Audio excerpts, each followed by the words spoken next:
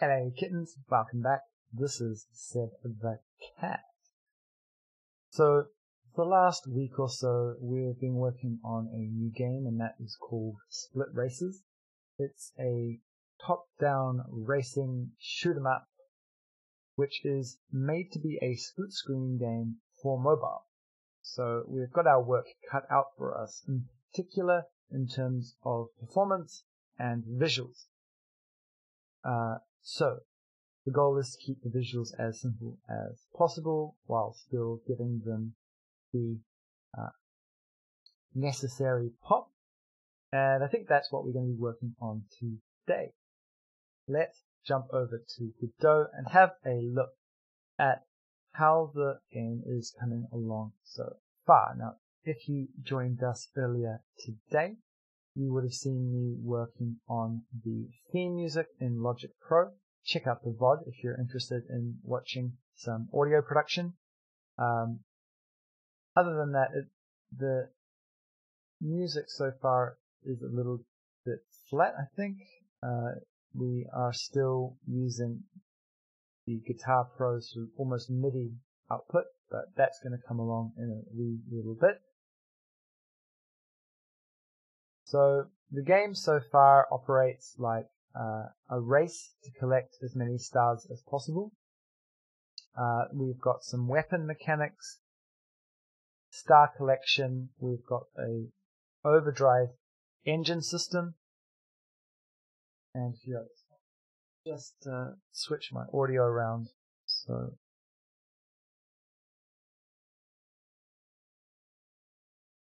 why is that not working? Okay. Let's just see. Are you guys getting that sound? No, you're not.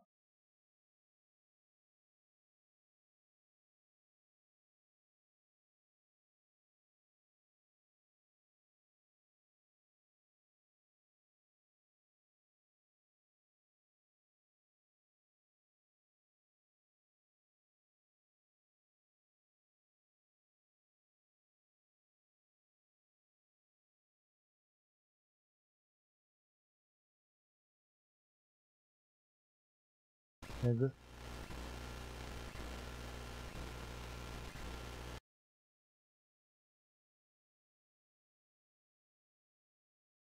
wow, that's really weird. I don't seem to be able to get the audio from the game.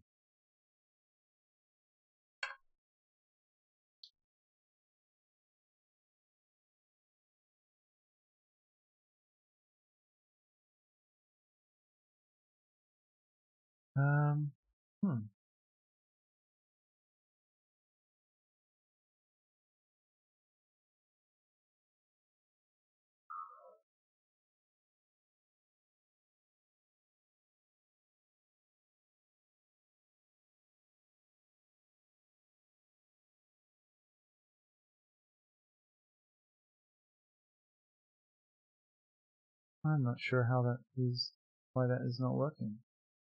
Give me 1 second and I'll update the audio driver.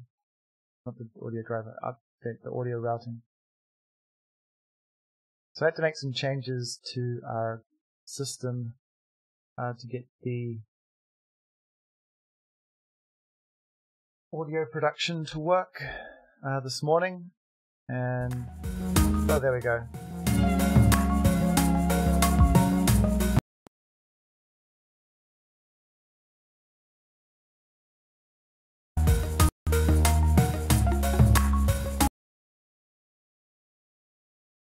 Okay, sorry. I'll fix this soon enough.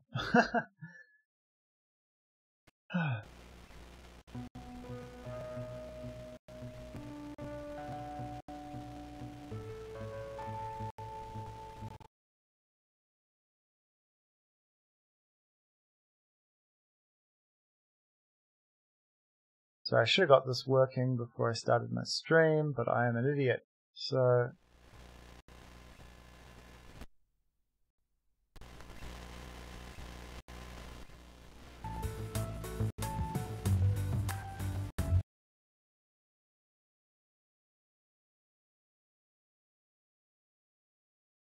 Oh my god.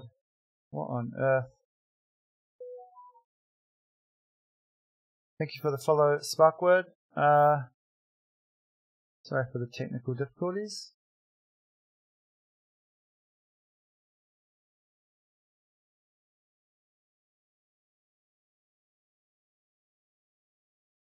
Okay, I can only assume this is a problem due to the way we're streaming the audio from the capture card.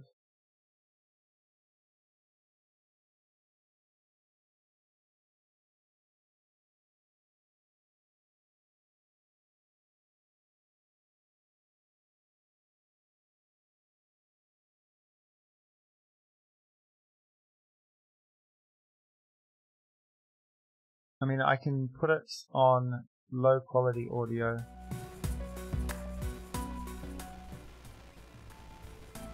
Yeah, no, that sounds terrible, doesn't it?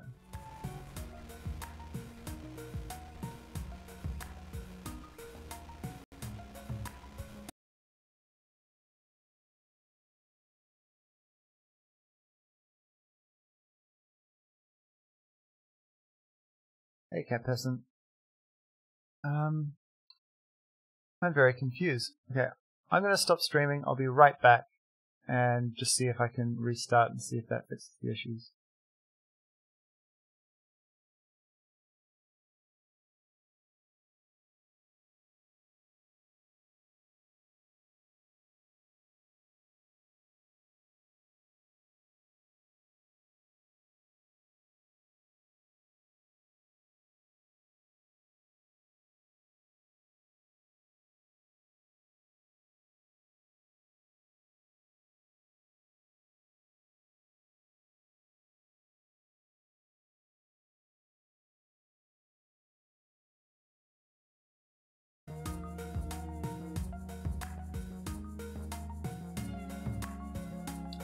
Alright, welcome back. So, this now allows us to use the audio from the game. One moment.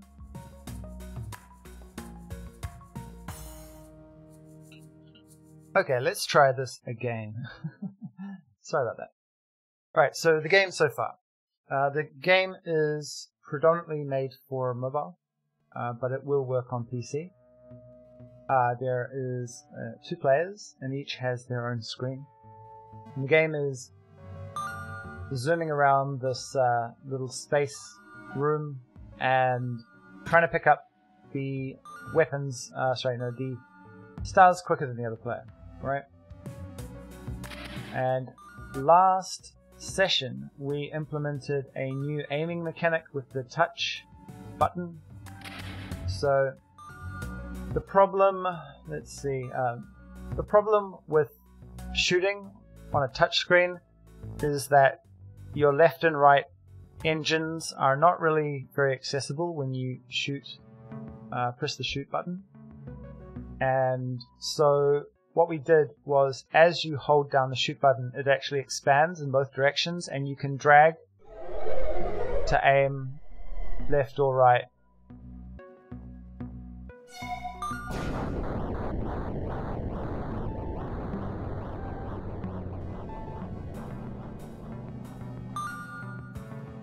So that was something we did the other day, and I think that's made a big difference to the touch controls. So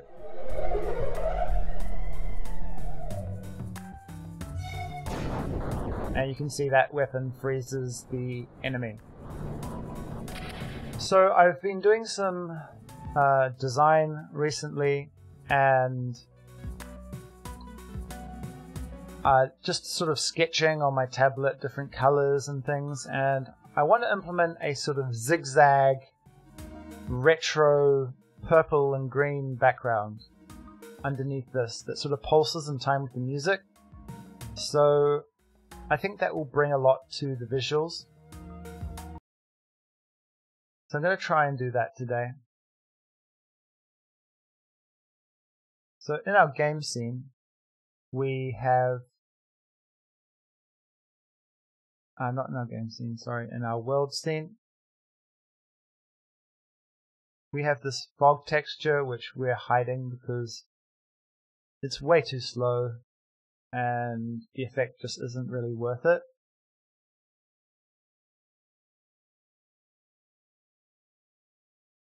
But what I think I will do is call this zig-zag instead and jump into the shader and create a new shader for this.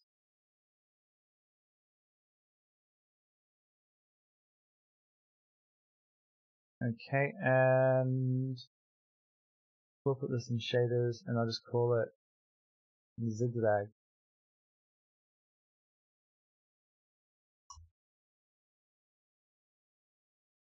So Sparkword, sorry, I didn't get to say hello because I was dealing with audio issues. So you like watching people use Godot? I don't know if you're still there. How long have you been using it for? I'm relatively new. I'm coming from like Flash and Unity background predominantly. I did like a lot of game development 15 years ago, and I haven't done it for a long time. I'm just getting into Godot now. Honestly, the first reason was Unity took like 5 minutes to load on my little MacBook, and it just wasn't good enough for me. So I thought, well, I'll try Godot and I can build some prototypes and things like that. But I just fell in love with the engine. So we want a shader type canvas item, and we want a void fragment shader, I believe.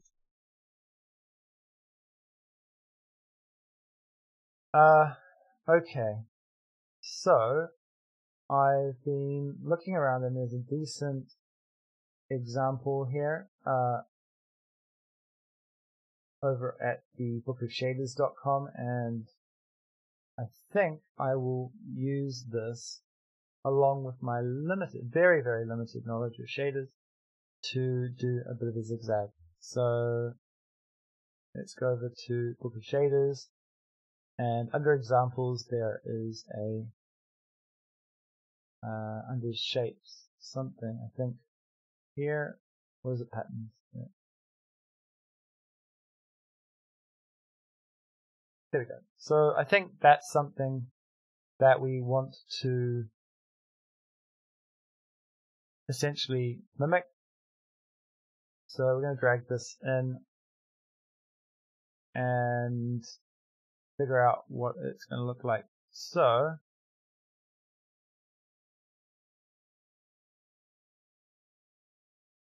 don't think we're going to need the mouse. We're not going to need the mouse. We're not going to need the time. It's already provided to us through the Godot engine, and I think even the resolution we should have available to us. Okay, so this is in fact our fragment.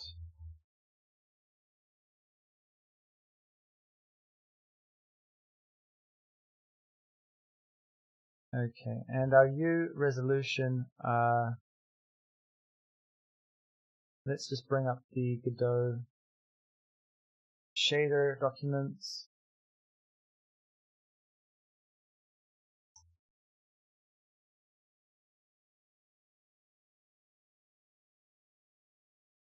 Documentation even. Okay, so what is available to us? I think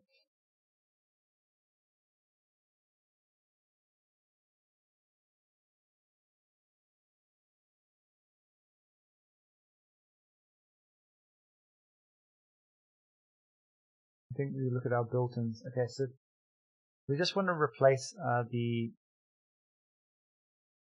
U time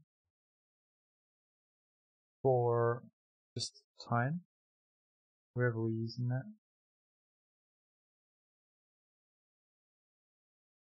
Are we even using it? We're not using the mouse, we're not using the time either, are we? No. Okay, cool. It's just the resolution, and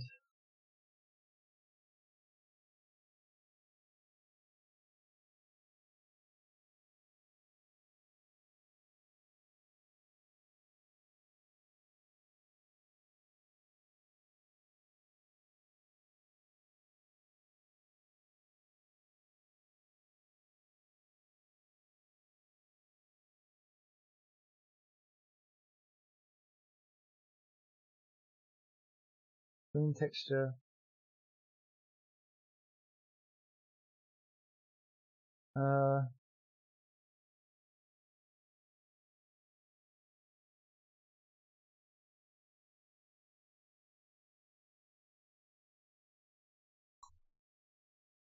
Viewport size.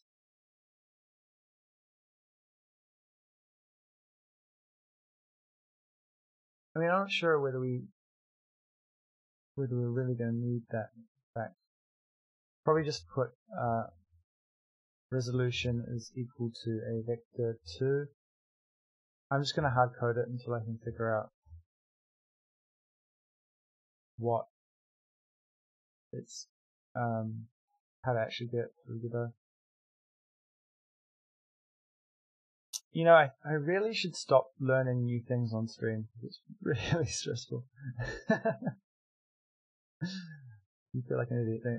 Const vec2. I was doing shaders a while back, and it's actually not as hard as it looks, but GL frag coordinate. So I guess that's going to be UV dot XY. Okay.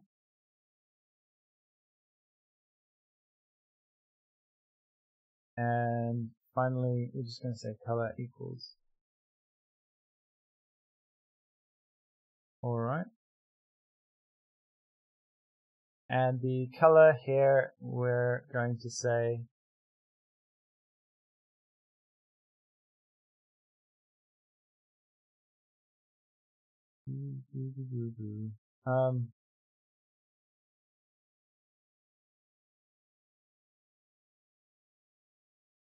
fill white. I see. Okay.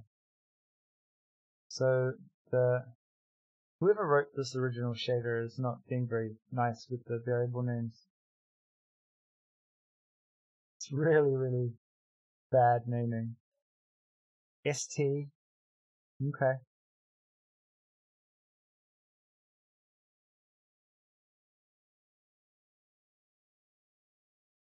Now we could just have a play around instead, and then do this step by step, because there's no way I'm gonna understand all of this without names, right?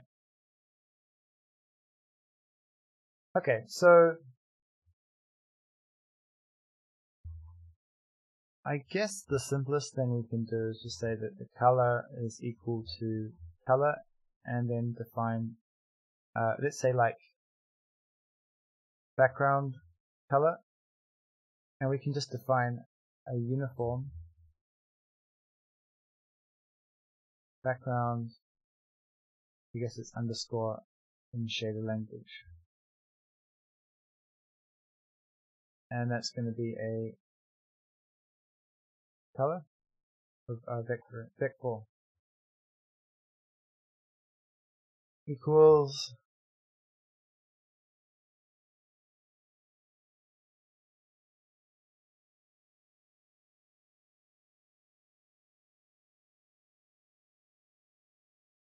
still 1.0.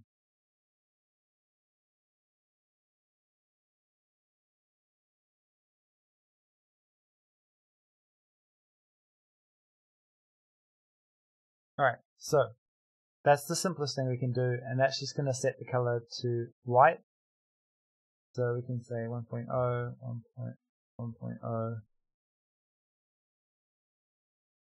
1.0. So that's setting the color to white. And then we can say like the screen UV dot X. So if we say another like uniform int size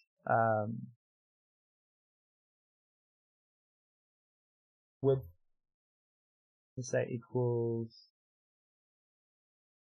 actually this probably should be a float. So we've got a width.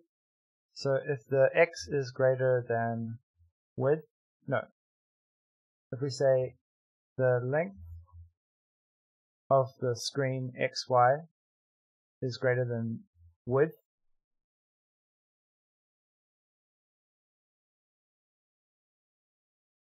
Else, right?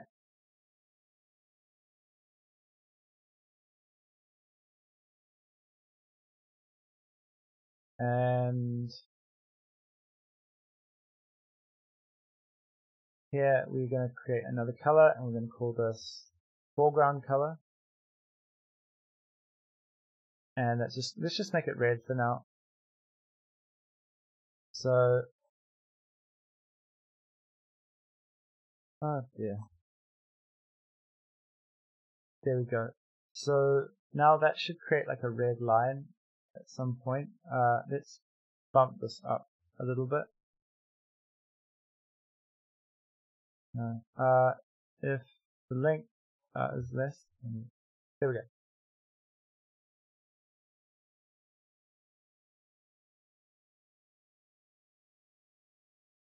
Okay, so that's interesting.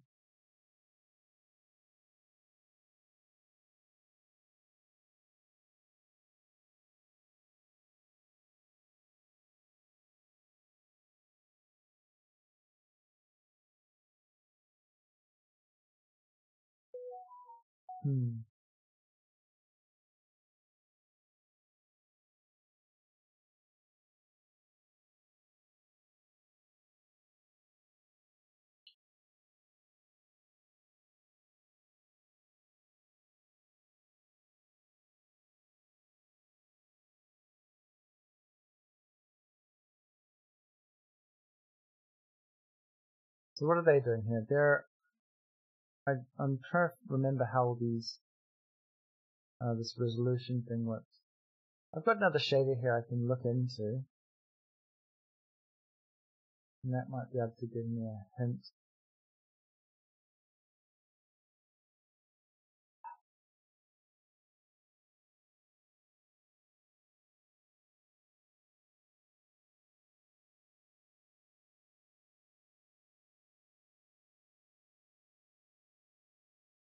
So this guy,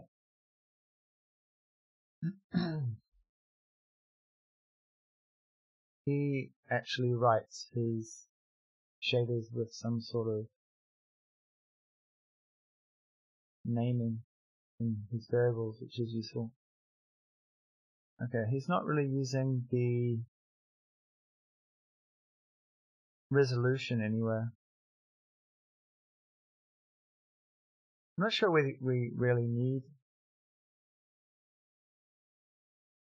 the resolution.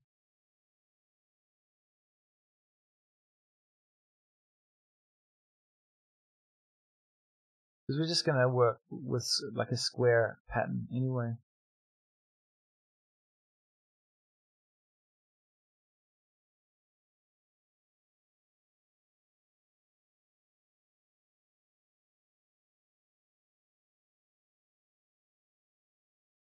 I mean, we can just do like this, right?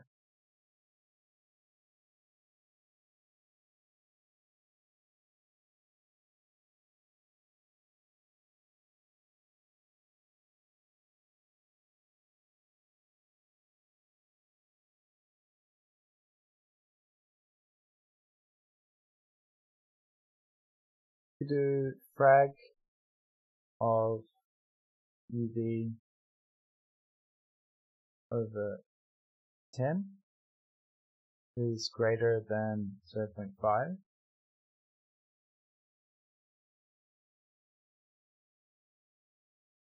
Yeah, I need to remember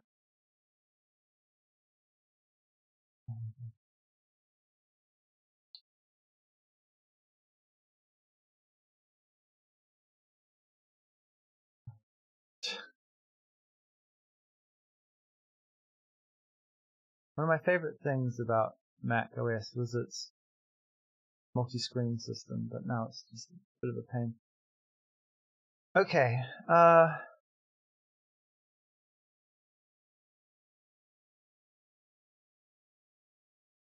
screen pixel size. Okay, so our resolution can just be the 1 over screen pixel size, I believe.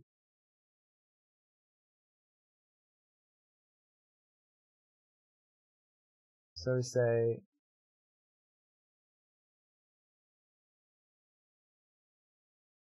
bar, no, float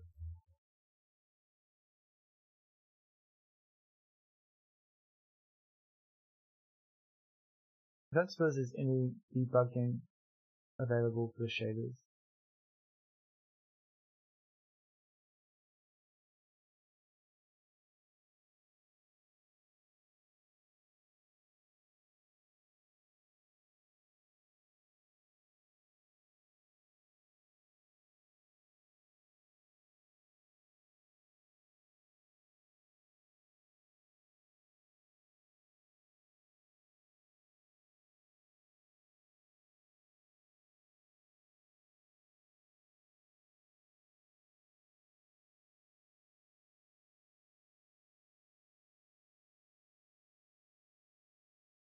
That could be cool.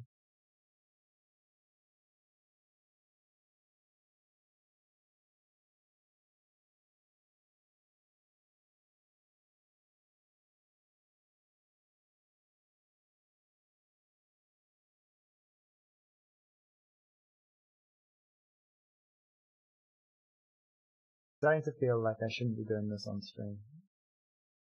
Something I'm so unfamiliar with.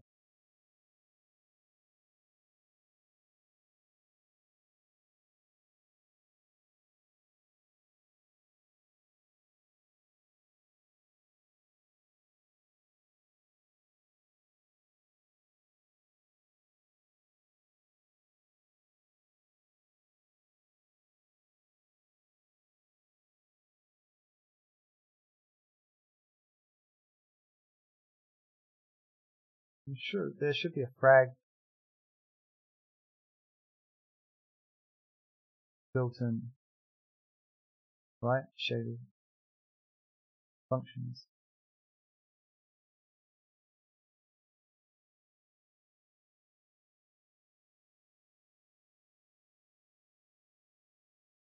Fract.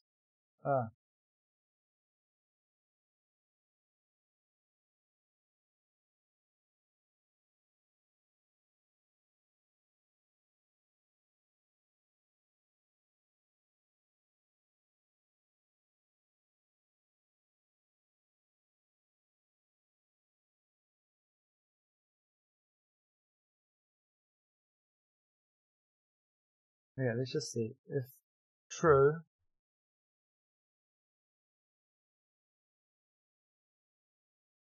okay.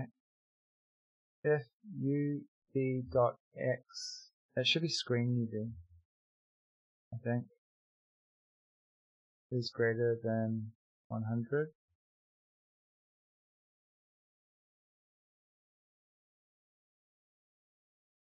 Negative 100.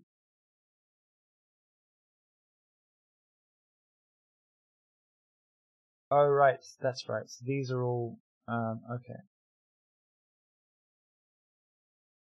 So here we should be able to divide, if we get the length of this vector, right? We say if the length is greater than 0.5, there we go.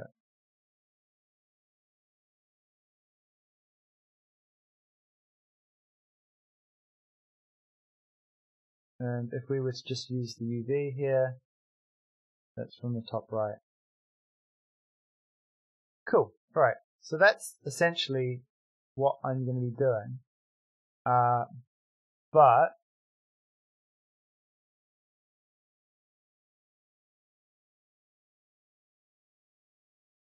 okay, so essentially we just need a function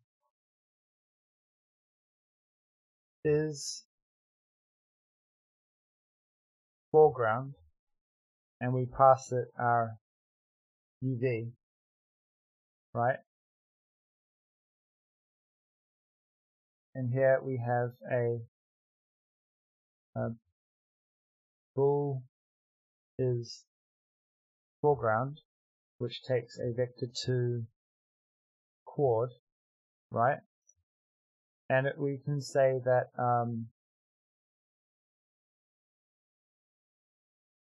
we can just return that the chord length, is that a thing? I think you just do length of chord, right? The length of the coordinate modulus 0.2 is greater than divided by 10.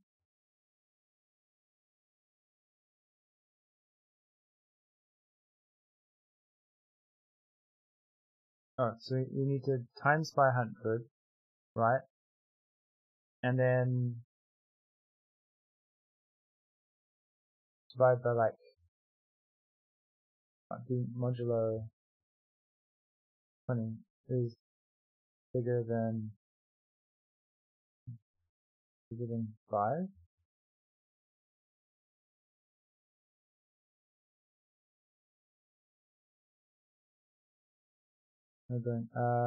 So the modulus is not built in like that, is it?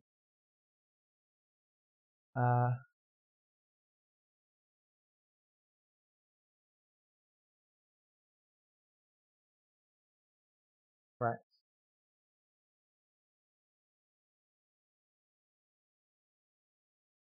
So the fract of this value.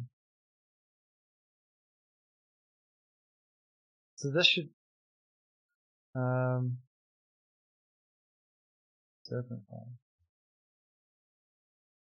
There we go. So that's going to give us like concentric circles.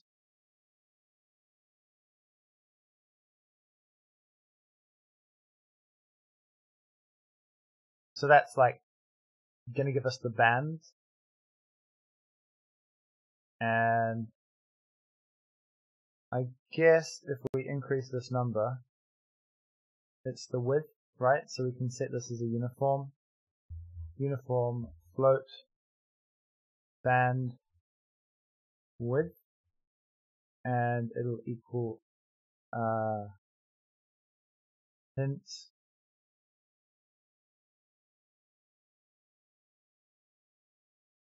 I would just put it oh, fine. Right, and then that will be our band width. Cool. So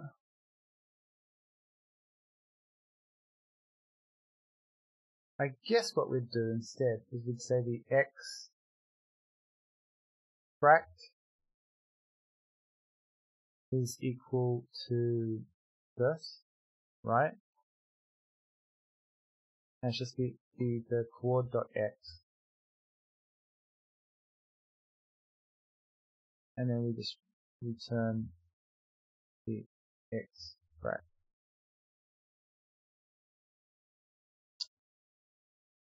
And that is going to be a float.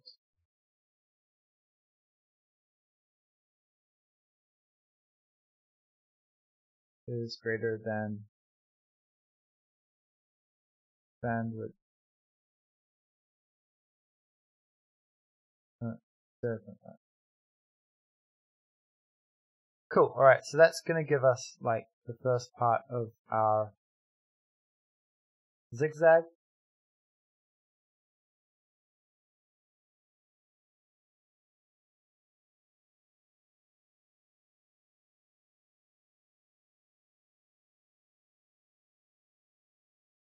So what we really want to do is say that the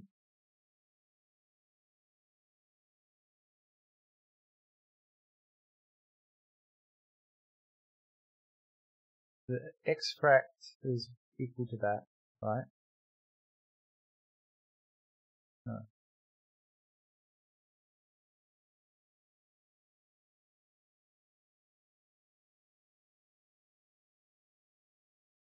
You just say the x is equal to that,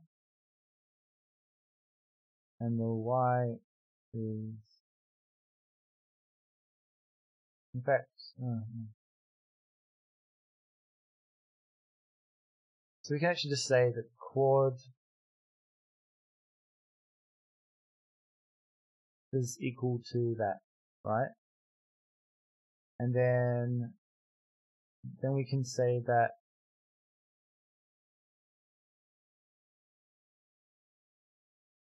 the float x fract is equal to the fract of chord dot x, right? And the y fract is equal to chord dot y. And then actually what we need to do is that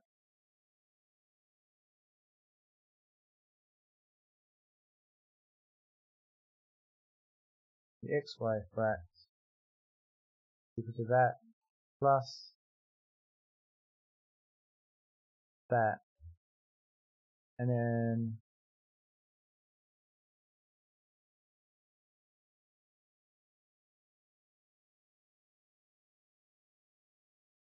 equals the fract of those two, right? There we go. So we're halfway forward to getting our zigzag, I think. So then we'd say like our direction. So our bull direction is equal to that is greater than 0.5, right? And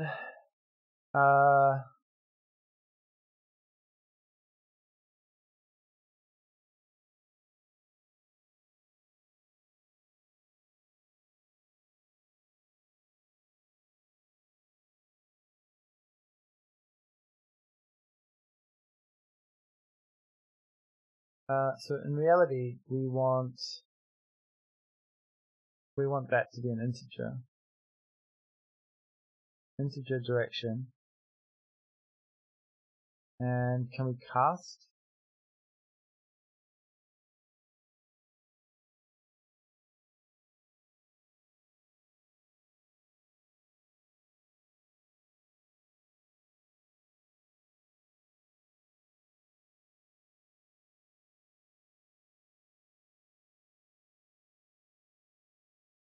Alright.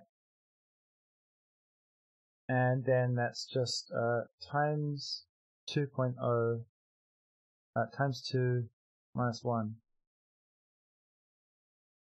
right?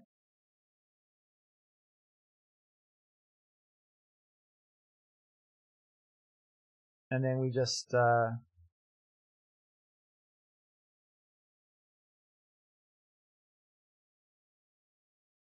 do direction times like that. Is that going to work? What's int and float? Okay, we'll just make this a float then.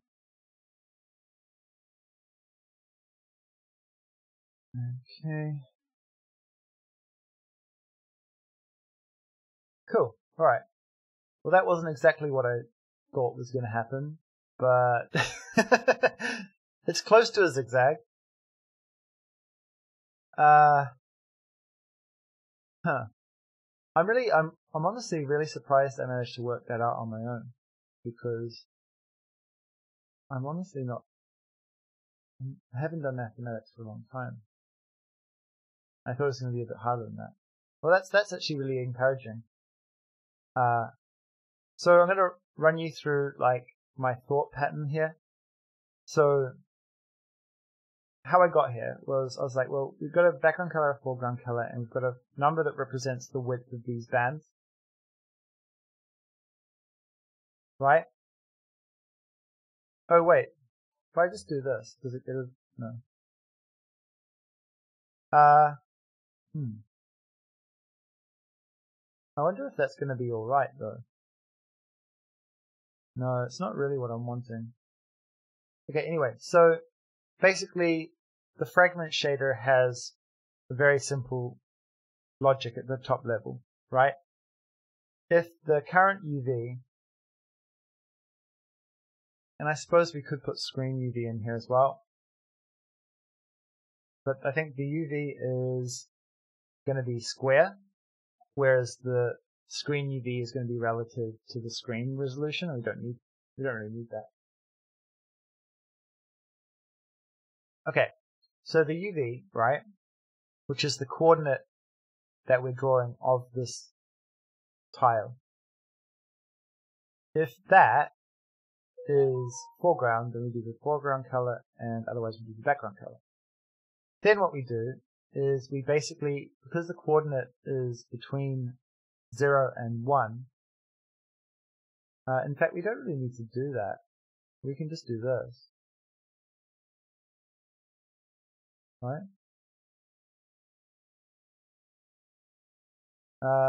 Why can't we do that? Because we need it to be more than 1, right? Okay. So basically we just increase the size of the coordinate, and I think this is essentially a scale value from what I can gather. Yeah. So what we're going to say is this is now going to be another scale value, uniform, sorry, and we're just going to say that's like 200. So this is going to be the scale of our texture. Okay. So essentially we work out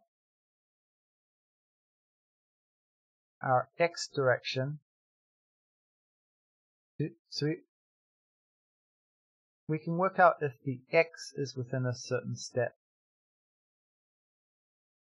by doing this. We say like the fractional, if the fractional value of this, and we have times it by 200, is less than half, then essentially this is going to give us the value either 1 or -1, right? So we're saying if this coordinate was going to be in the foreground, if we were just thinking about the x, right? And then we can say, well, if that isn't going to be in the foreground, we can modulate that result, the result of the y, with that value. I don't know if I'm making sense. I'm not even making sense to myself, to be honest. So if we have this x direction here, we do the same thing for the y direction. I think that might be able to fix the issue. Well, what I think if we do, nope, negative x direction.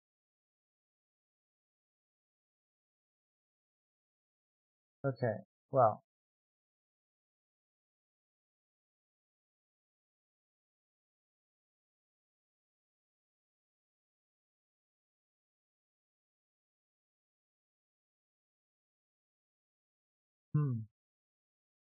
so how do we invert those values?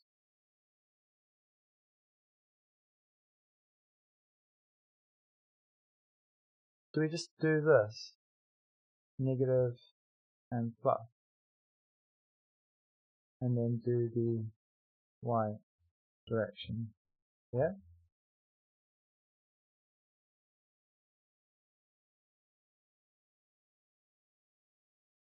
No. Whoa, hello. What have I done?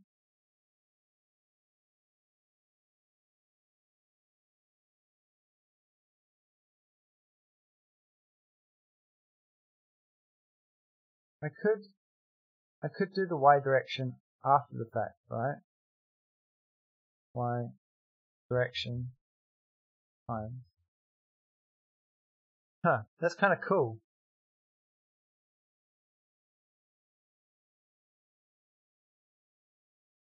Not quite what I'm after though, but it's kind of cool. And then what if we did X direction here?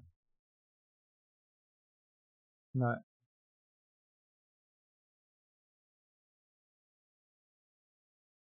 Y direction.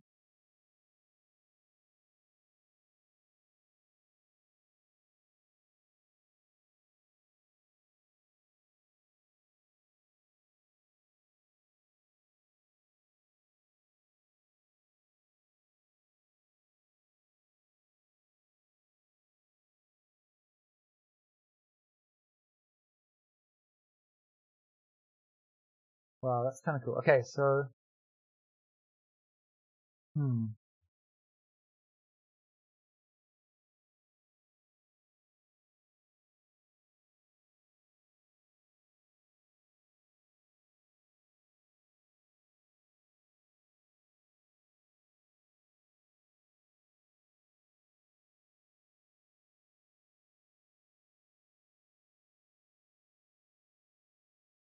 that's interesting. That's close to what I want.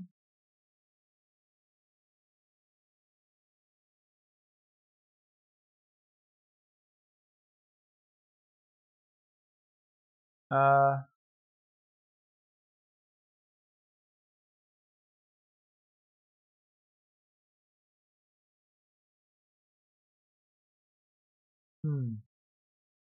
Hello, Maxi Alpha 79. Thank you for the follow.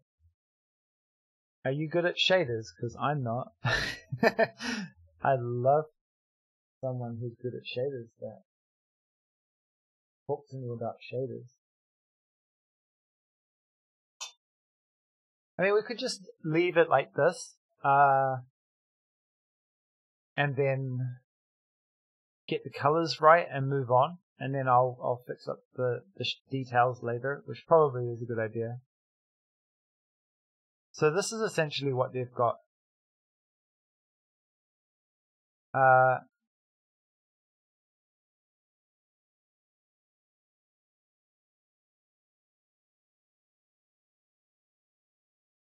So mirror tile. ST. What does ST stand for? Name your variables. For God's sake. Okay. So it's like the screen texture. ST screen texture is taking the coordinate divided by the resolution. So I guess it's screen texture coordinate. Color is then going to be the background color, which is black. Then the screen texture is the mirror tile. And what we do is we times it by 1 by 2. And then the zoom is some arbitrary number, right? So like we could just, yeah. So the zoom isn't important.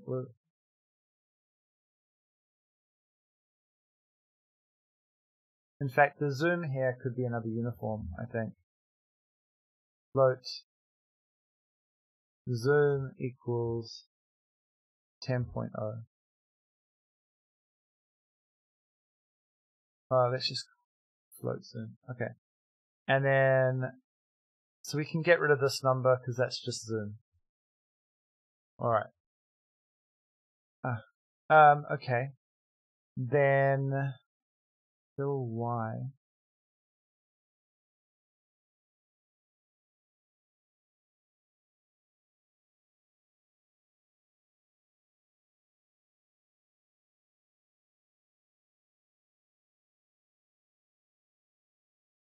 And this isn't, we don't even need this, right?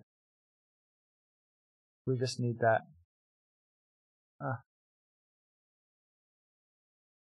I'm gonna push Command S every time I make a change because I'm used to doing that. I'm sorry. Okay, so we've got rid of that there. This is obviously pi, so we don't need float pi equals 3.14, right? And then that's going to allow us to get rid of this. And why are you working out pi? Okay. Let's try and understand this code. Okay, so from the ST, we're going to call it screen coordinate, right? And then we're just going to use that everywhere that uses screen coordinate. Okay, so that makes a little bit more sense.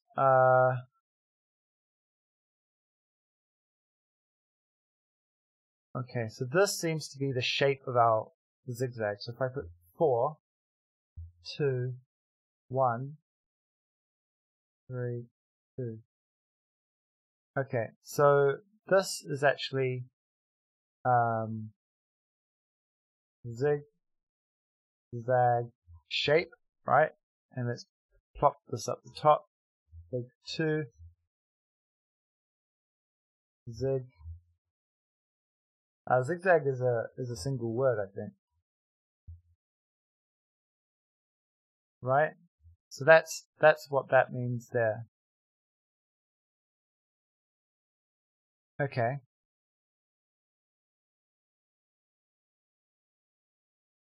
Interesting.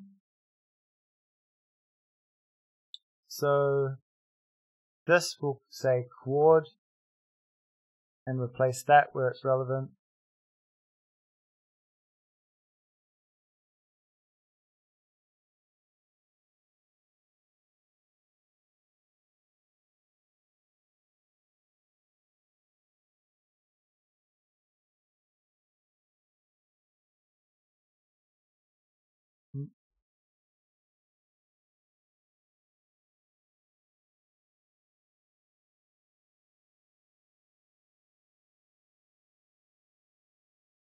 Alright.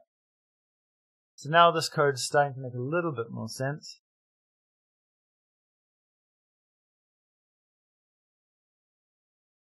Fill Y.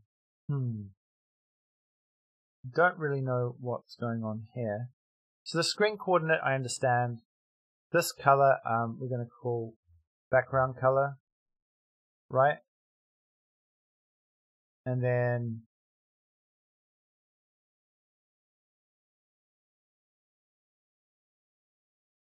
plop that there, plop that there. Okay. And fill Y, A, B, and F. I'm not sure. So A, B, these are two values that we want to interpolate between, right? That's what a mix does. Okay, so we're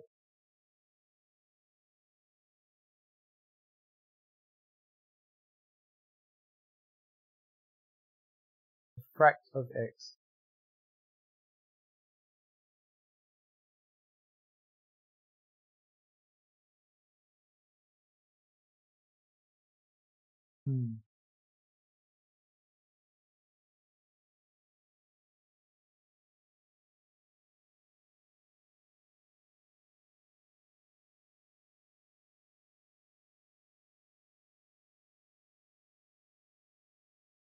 So I don't quite understand why this is happening. Let's figure out what's happening in the mirror tile. So we grab the coordinate and we apply a zoom. Yep, that's fine. Then we say if the coordinate times a half,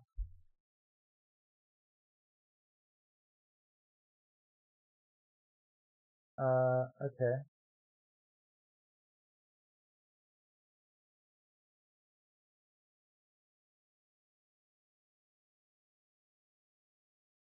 Whoa, that's so cool. Oh my god, I love that. Oh man. Okay, so they got that there. Oh, I think that's my new texture. Oh, I love that. It's like Aztec.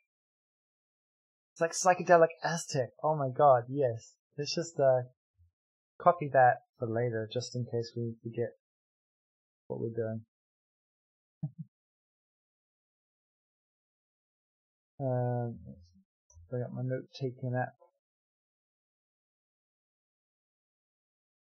Sorry, one moment.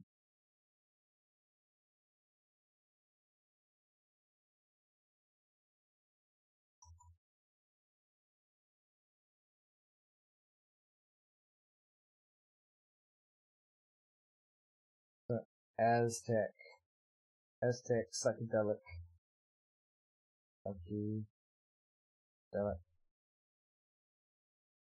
Okay. I kind of just want to leave it like that. So this is sort of like our zigzag interval, right? So if our zigzag interval is bigger than 1,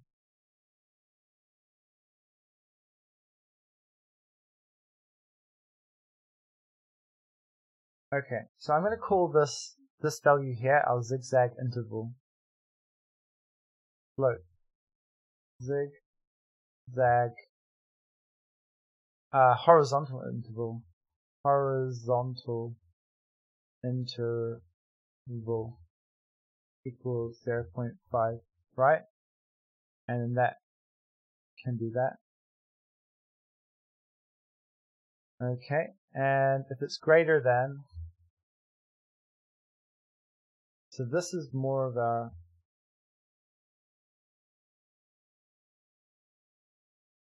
so if we say like 0.1, okay, so 0.5, I guess is just half. Maybe just call that half.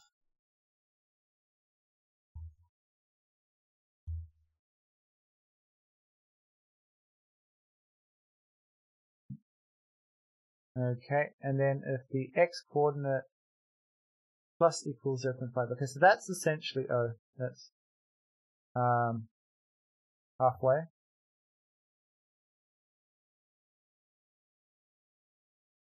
Okay, and then what do we do here? So the x coordinate is gonna get, okay, so this is gonna be our zigzag symmetry, right? And that's going to be 0.5 if we want it to be perfectly symmetrical. Okay, and then that's going to be like 2. Okay, so putting this at 0 starts to look quite a lot like what we had on our side. Okay, so our zigzag symmetry is that value, and that's quite interesting as well.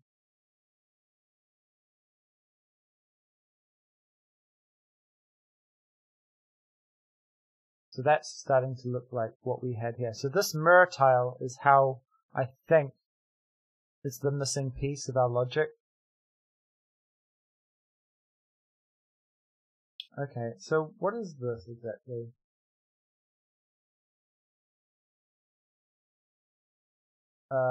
Okay. Ah, I see. So that's sort of like, if you look, sort of like a band of color that's occurring horizontally. So float, zigzag. I'm just going to call it banding. Just 1.0, right? And that can be zigzag banding. Okay. So now we've got rid of all these magic numbers out of our shader. We can start thinking about what's actually happening in this function. So the zoom is obvious, right? What's happening with the zoom. And then we're going to say, well, we're going to figure out our horizontal interval, right? And we're going to times our y value by that interval. So if we want our horizontal interval to be a bit smaller,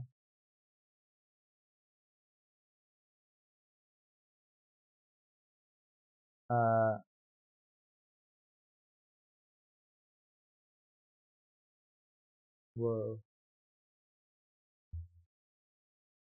That's quite buggy. Okay, so essentially it's creating those like bands of white between those lines, right? That's quite cool as well.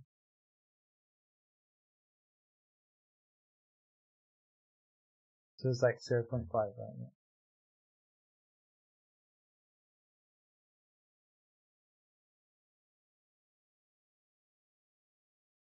Okay, so what we're doing is we're gonna times it by the horizontal interval,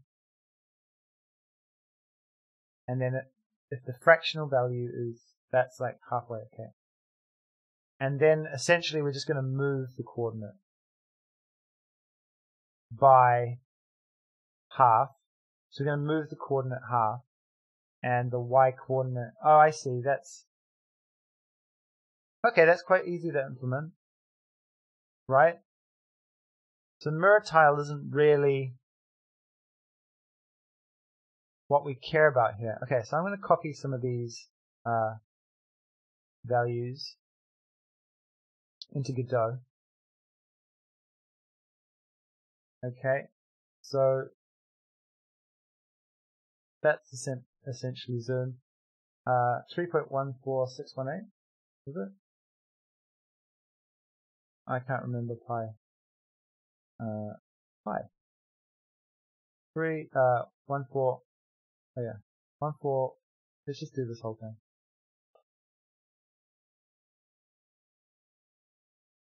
Shows you how long it's been since I've taken a calculus class or geometry class. Okay, so that's going to be a const, right? Okay, and I guess zig-zag shape. You can turn it out const. Yeah. In fact, this can be a uniform thing.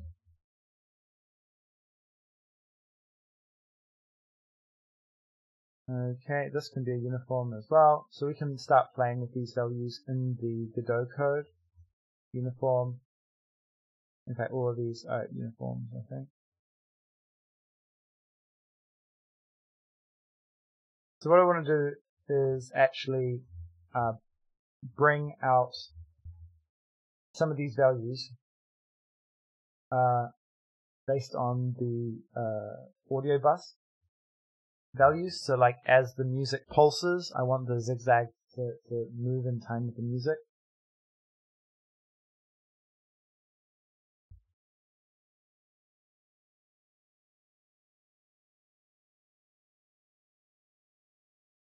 I might just call this interval. I think that makes sense. Shape, banding, halfway, call this like halfway is fine. Okay, cool. And I think we don't even need pi because, unlike other shader languages, Godot just gives you that shit because like it's pi and you're gonna want pi, right? Everyone wants pi.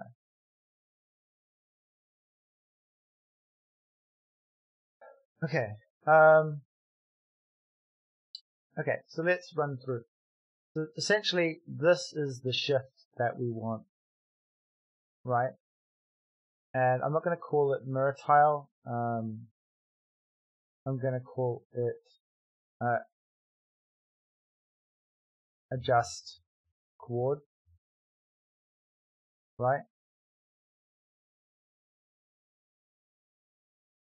And that is going to be scale.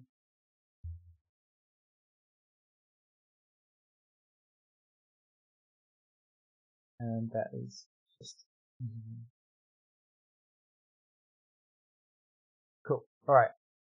So this adjust chord, what we can do is we can just say that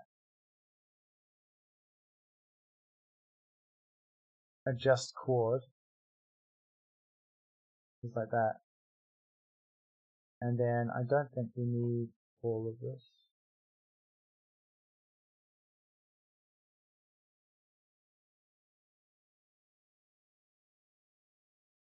Okay. And I guess our scale is way too big.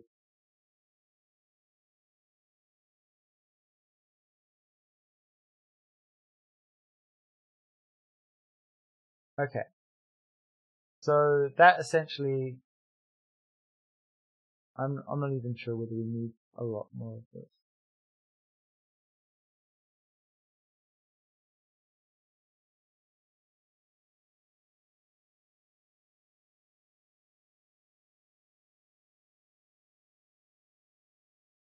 Turn. Ooh. Okay.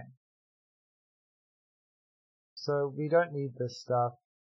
This is the adjust chord, and in fact, this should probably times the time scale equals chord times scale times zigzag shape, right? And just simplify that code. Why are you complaining? Oh yeah. Okay. So that's essentially that first line, and then I'm not sure exactly what we're doing here, but we can probably just emulate it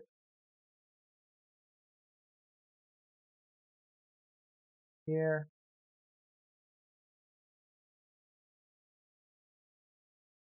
And if we emulate it, but we can figure out proper names for these, then we can at least understand the code.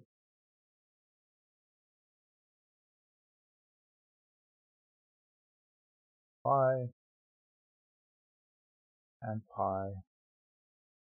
Screen chord is actually this chord. And we need to put our floating point numbers. Oh, barbarians. Pi. What? I thought Godot gave you pi.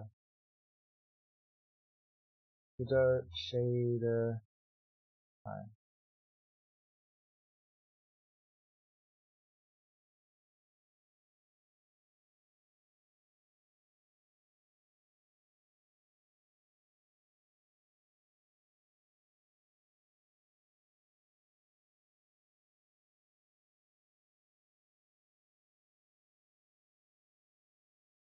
Okay, well, I guess I was wrong.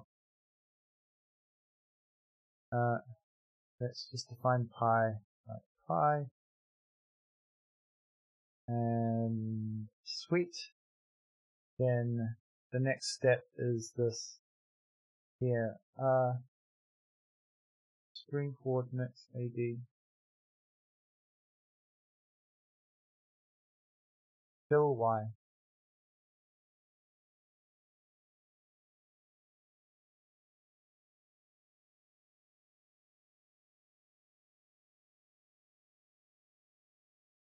I don't truly understand what's happening here. The background color is equal to this. Fill Y is giving you another color.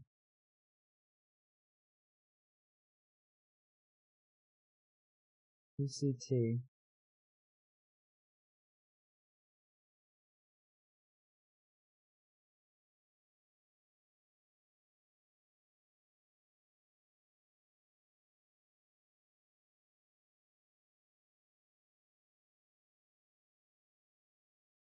I mean, we could translate it into our language here.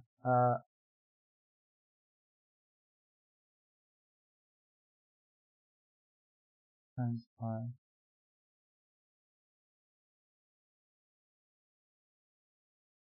Okay.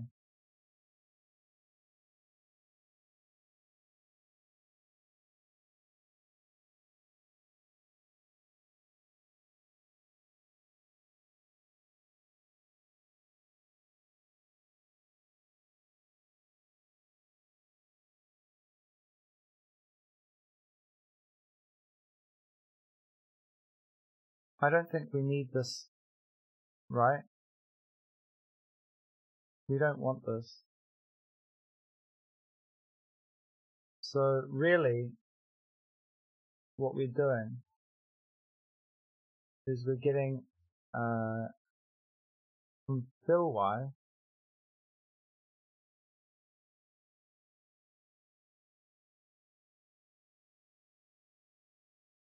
it's a floating point value, right?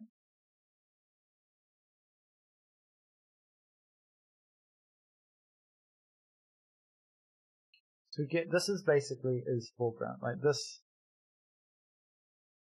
and here. Fill, I think this is just a fill value that we get. I don't know why they've just, alright.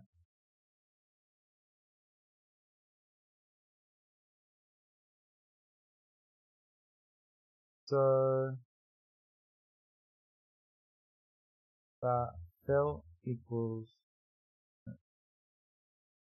float fill value is equal to that, right? And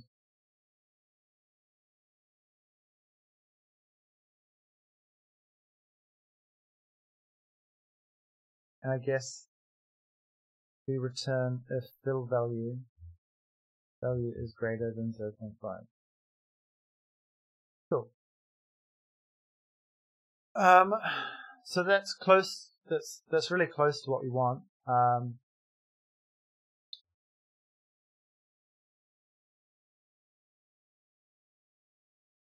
We could actually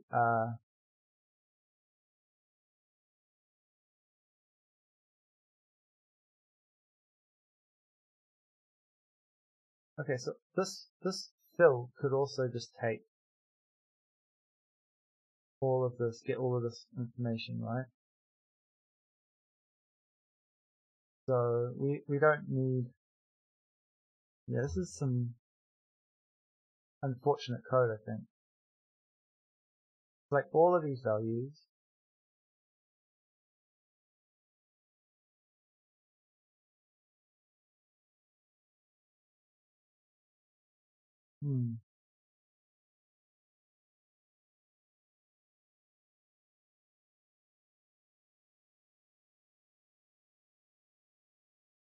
A, B, and F, that's all going in here, right? And we don't need this. And we just do var pct equals mix A, B, F, like that.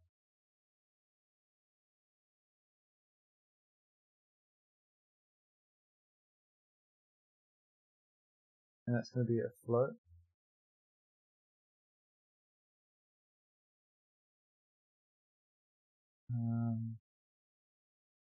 And that doesn't need to be defined. Okay, so now that's simplified our value here. So what does this number here mean?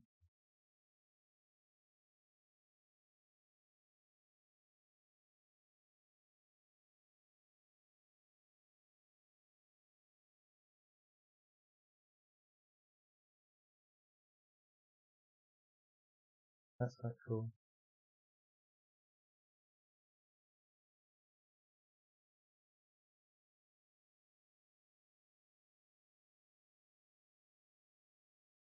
Anti-aliasing. I don't think we need anti-aliasing.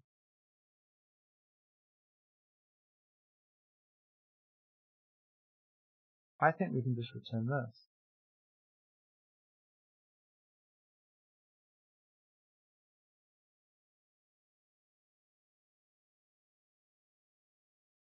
It's percent.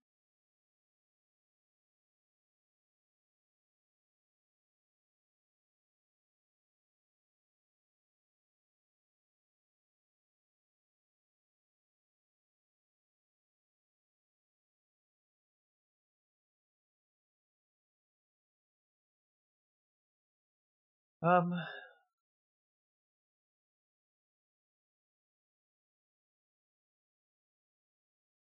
we just return that.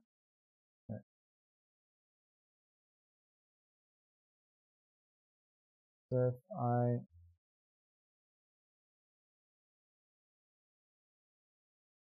don't even bother with anti-aliasing. Interesting. How does smooth step work again?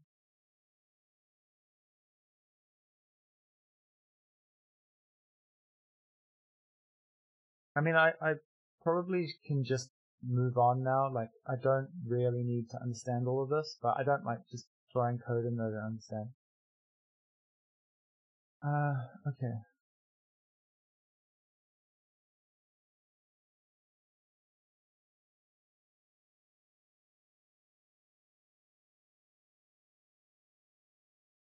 Scalar, smooth step. 0 if x is smaller than edge 1 and 1. Oh, so it's actually the last number that we care about. So can't we just return the y coordinate? No. Oh, I see. I see here. Okay, so this is percentage.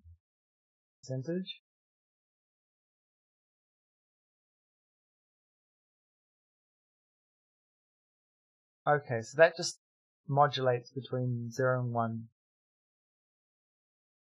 Okay, yeah, I think I get that. Do we need this x value here?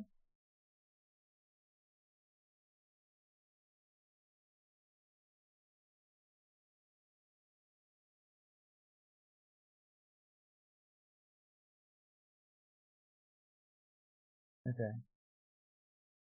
And this one.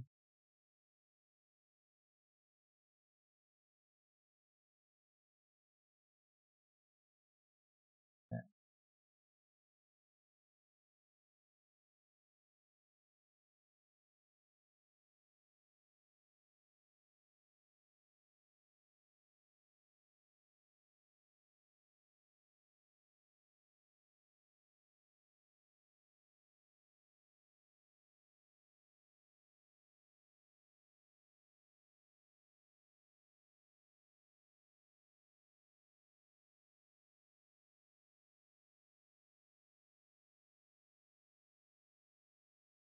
Yeah, halfway. Yeah. This is a constant. Right. And I think we can just do this here. And then this becomes half.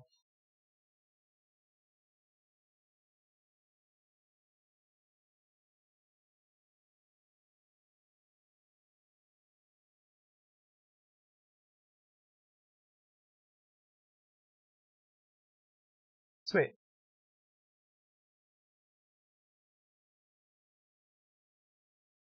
Alright, I kind of understand that.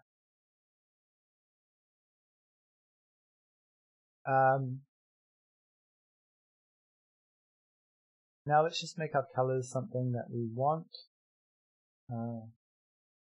Give me one moment while I go get my graphics tablet so I can just check the color values.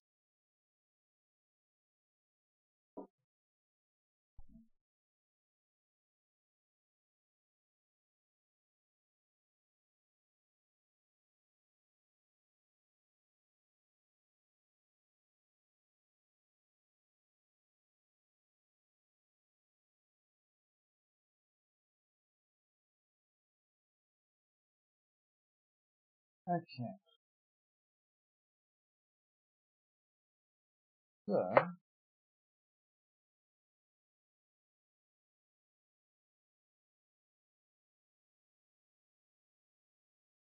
I might just send this through.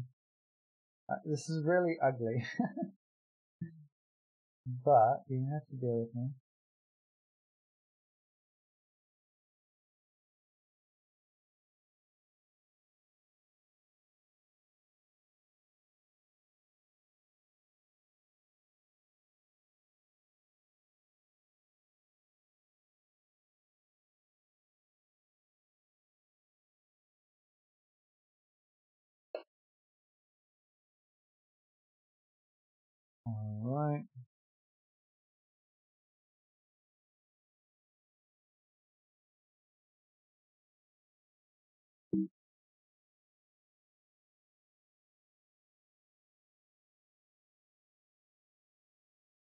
I promise I wasn't doing this under the influence of any psychedelic drugs. Not this time anyway.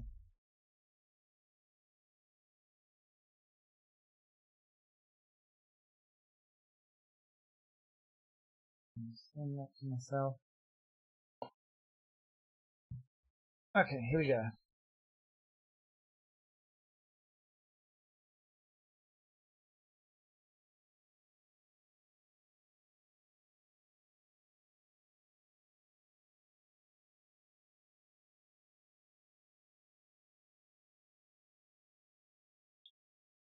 So I was just watching TV. Well, I wasn't watching TV. I was watching YouTube tutorials last night, and I was just sketching different color ideas for the game, and I sort of came up with this.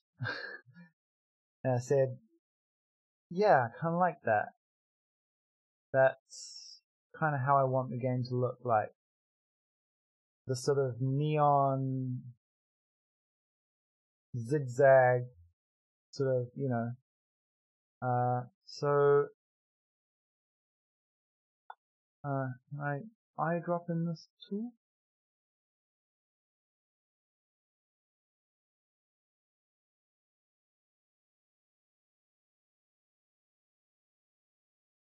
Just open it in Photoshop. Which seems like a waste to load like a 2 GB application into RAM just to sample a single color, but you know. Okay, so there's a little bit of line in this texture, like see these white lines? I'm not sure what we can do about that. Okay, so let's bring Photoshop up.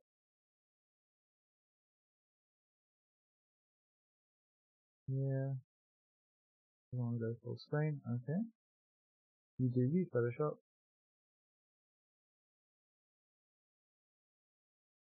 I'm telling you, I don't like the Mac full screen. Oh yeah, so you need a new desktop. Bonk. Alright.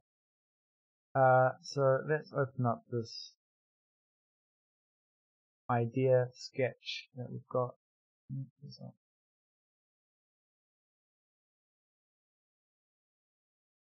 I just realized we don't have any chill screen there.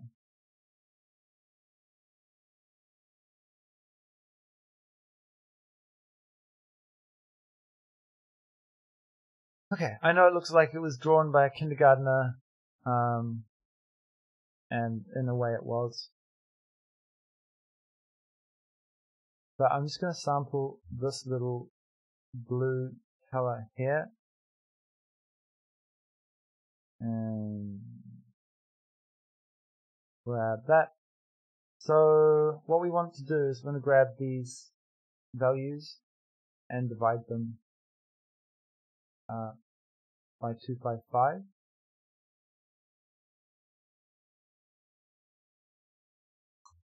Right? So 24 divided by 255 is equal to this number. And why can't I copy that? I don't know, Apple. I don't know. Okay, so that is going to be our foreground red value. And we probably don't need quite that much definition there. Cool. And our 237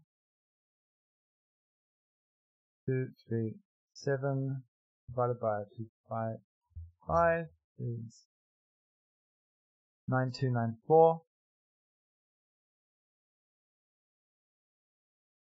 9294. And finally, we've got a 241.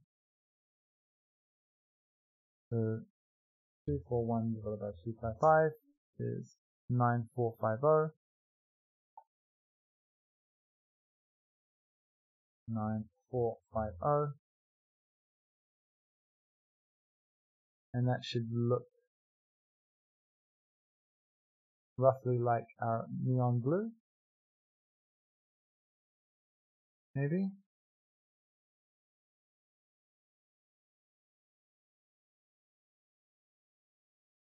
Okay, that wasn't quite what I was looking for.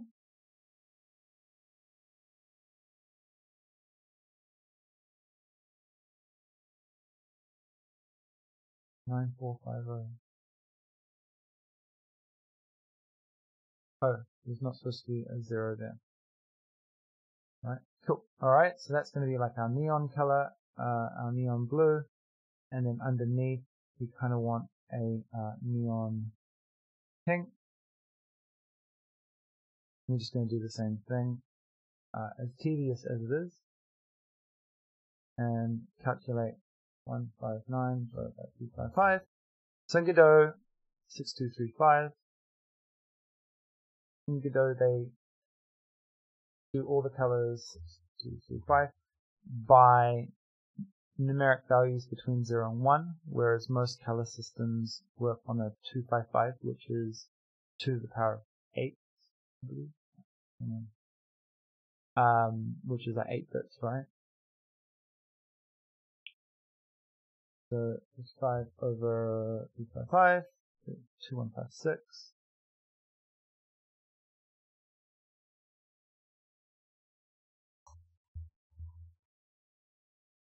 Okay, and we're already starting to see that purple come through.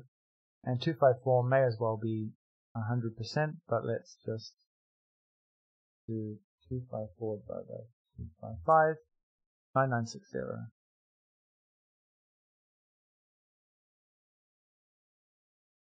9960. Okay, so we've now got this sort of crazy zigzag pattern.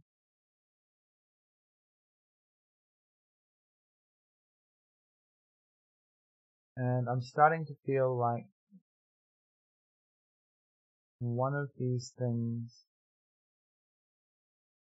one of these lines is not quite correct. So I think this here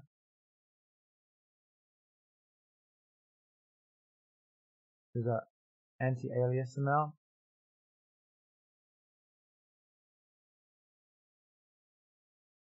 Okay, so that doesn't seem to make a difference.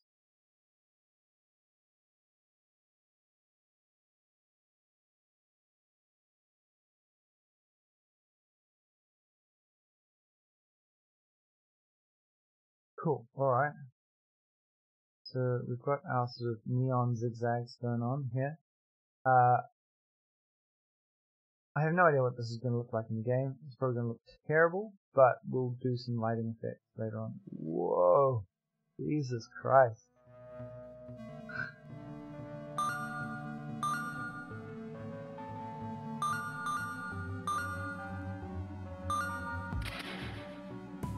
Okay, so those lines there are becoming way more pronounced. And that anti-alias value definitely needs to be fixed as well.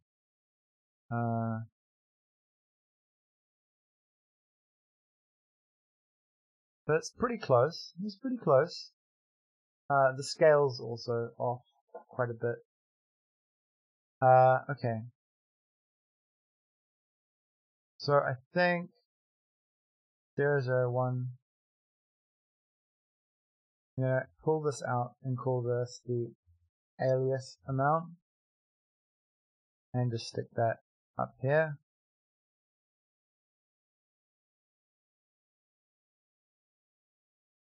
And that's going to be a float.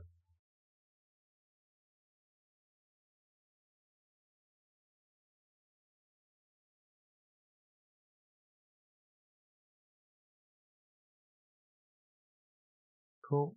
And that's, I guess that should actually be alias amount like that.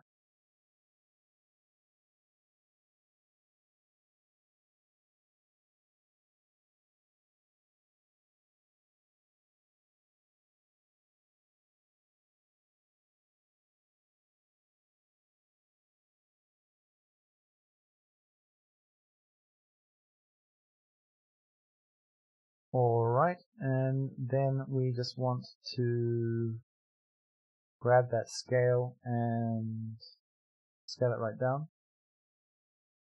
Okay, so it looks like it's something to do with the screen UV. Whoa. Okay.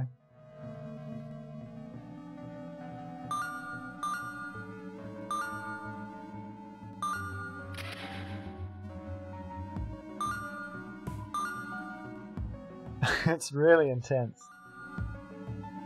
So that's only going to be the background color, like we're going to overlay that with some textures and make it darker.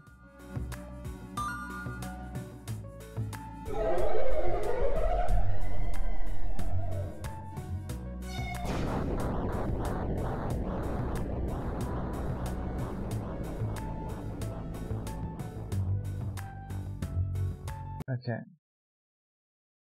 So that's quite interesting. Alright. So I'm not quite sure what that those lines are going to do to our shapes. I'll probably just leave them there, and I'm going to commit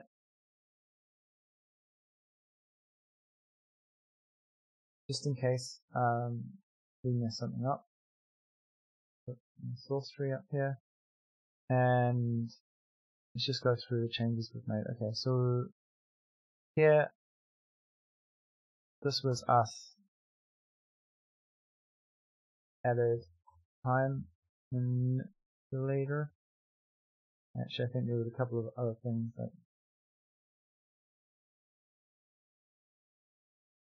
that's to do with the time manipulator. That's to do with the time manipulator as well. All that stuff there.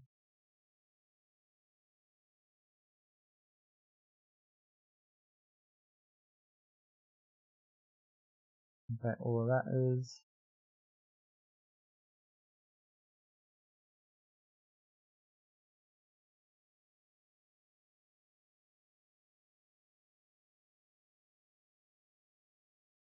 Cool. We just say added time manipulator, and here I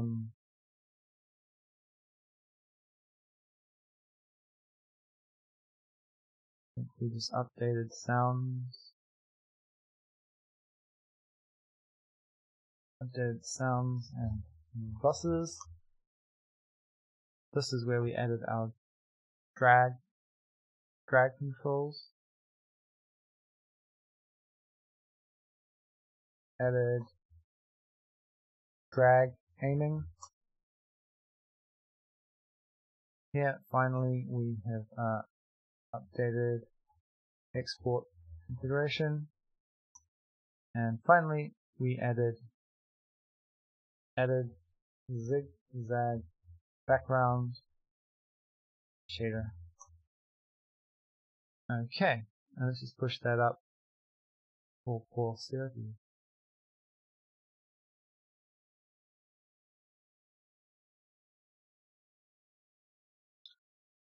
Okay, so it's not quite what we've got here, but we'll use some like roadmap tiles and things to overlay. What I kind of want to do is I want to process on our audio manager. I'm just trying to think how we'd do this.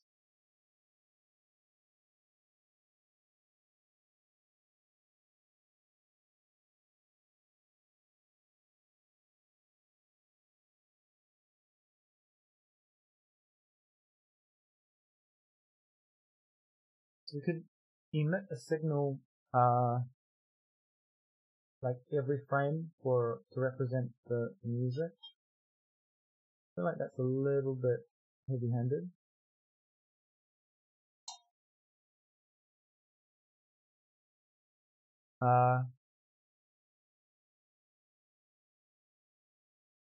Although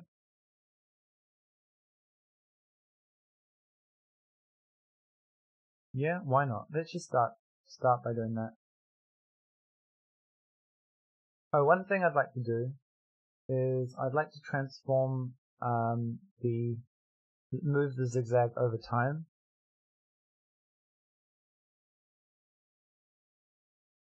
So here we would just say move coord with time and pass in the coord, right?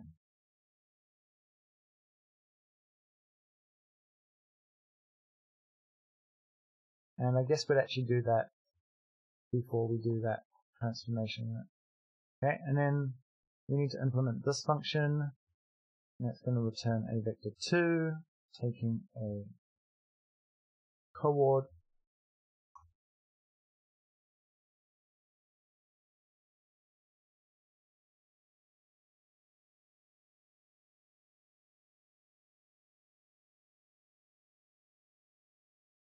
and for now we'll just return coord,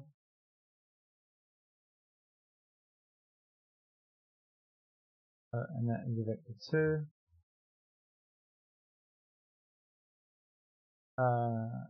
Yeah.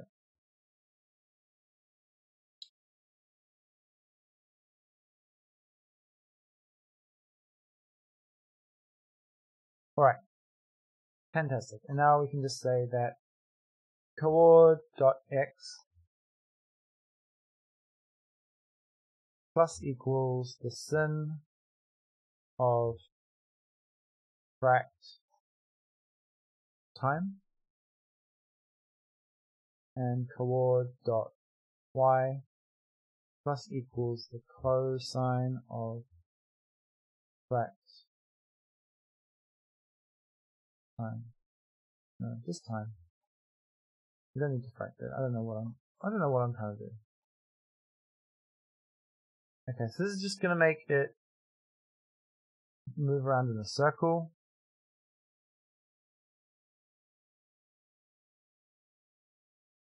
If I remember my semicolon.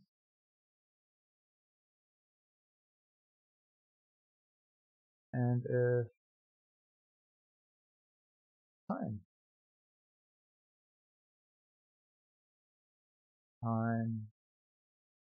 Definitely time, right? Am I losing my mind? What? Time. It's time. It's always there. It's always time. I'm losing my mind. Why is it not there? Canvas item. Just built-ins, right?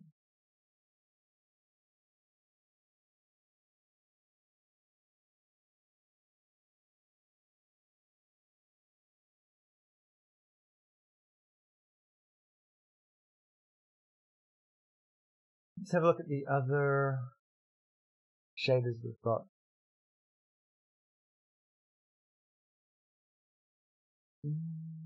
He's got time there. Look.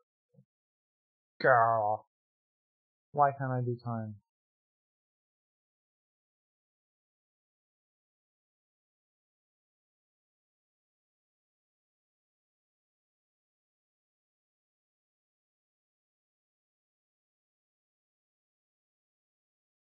Unknown identifier. Okay, and I can't even copy that. Hang on. Unknown. Okay. Something's weird. Unknown identifier in expression time. I'm just put Godot at the top here.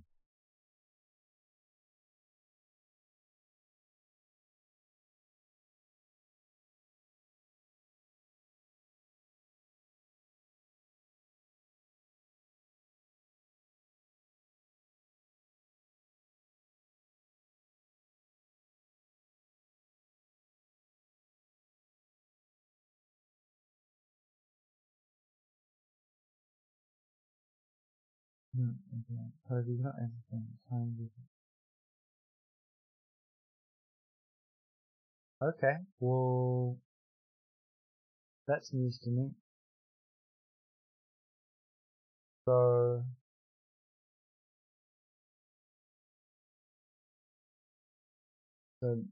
time is going to be a float, I guess.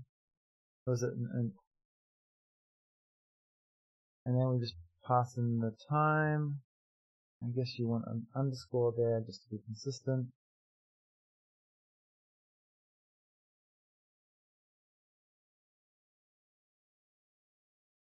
And then I guess we don't even really need to do this here. It's probably better to do it. Yeah, so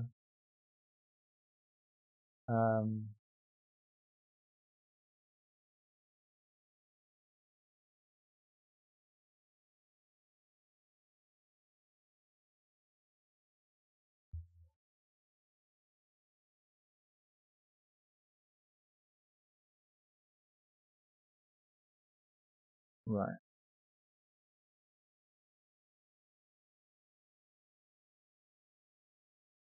That this is probably better to be written this way.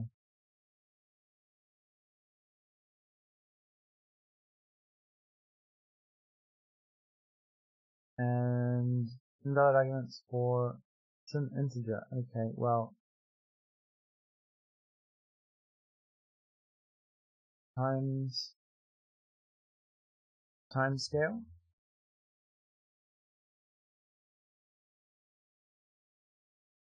I think in Godot shaders the time is actually a float. I don't know. The time scale is definitely not is definitely a float, so we can probably just get away with it doing this. I don't know. Let's just say 20, and loop. Alright, so that is way too much.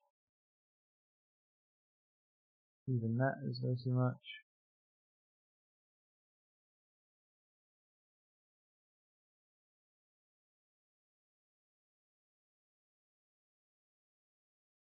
So what's happening here? We actually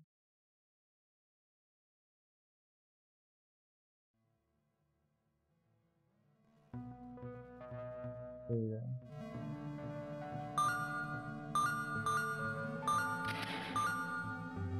So that calculation to do with the time seems to really be affecting the performance.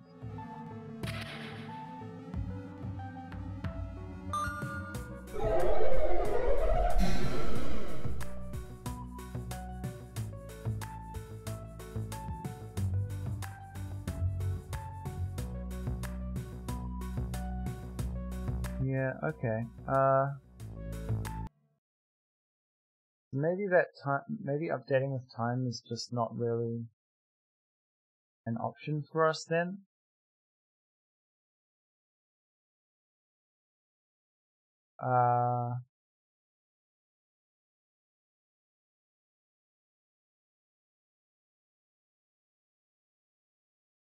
We could just do something like this.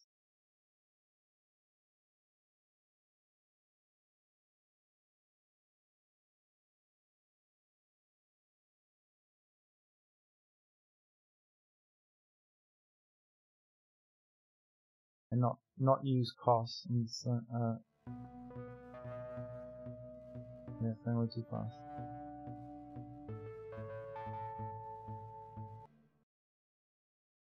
Okay. Alright, I might just cut out that bit. And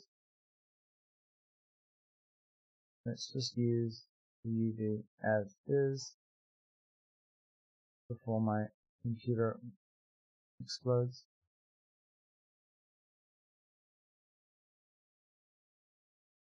Huh. Well, those lines aren't really giving me the look I wanted.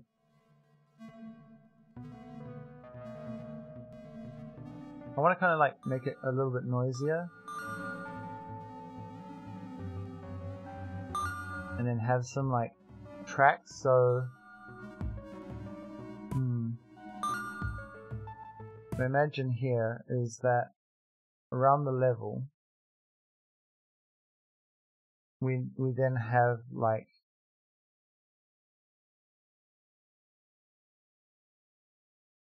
I don't know.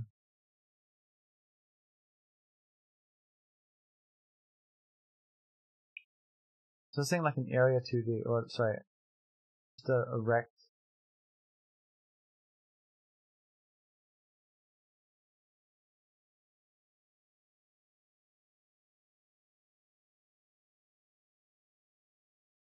that sort of encompasses the level, right?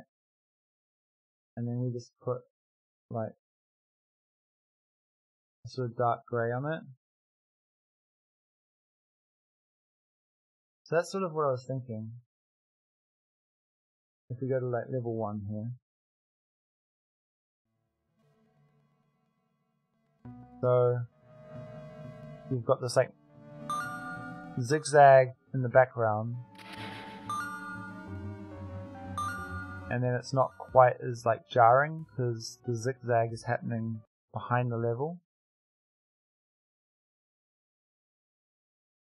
right?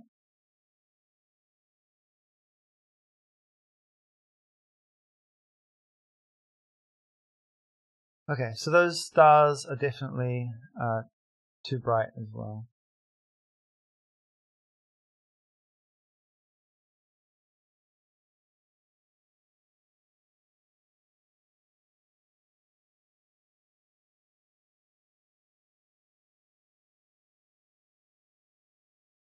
Okay, and there was one thing I wanted to try as well. When we die, when our stars die, they're not dying fast enough.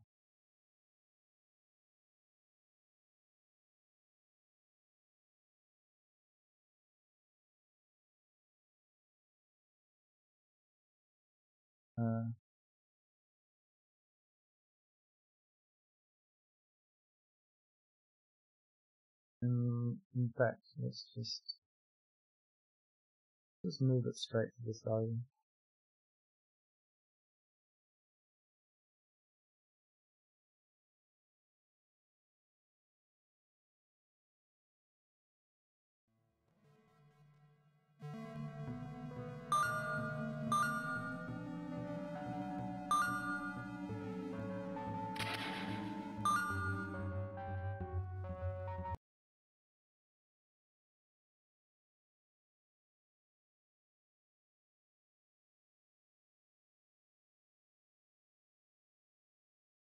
And this color rate is supposed to be, yeah. We call this floor, I guess. Floor, and I'll just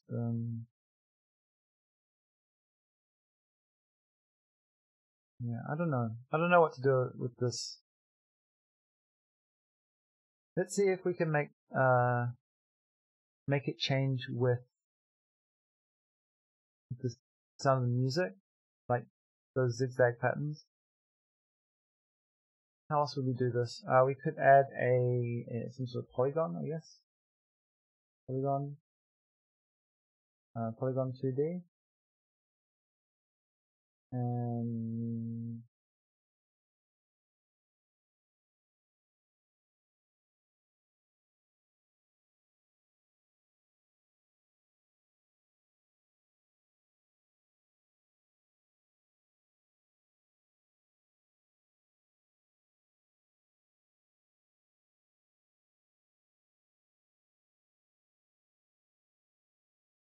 this would be our color, right?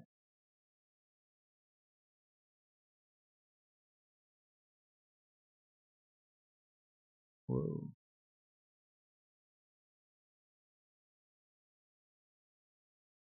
And here you just like dot, dot, dot, dot, dot.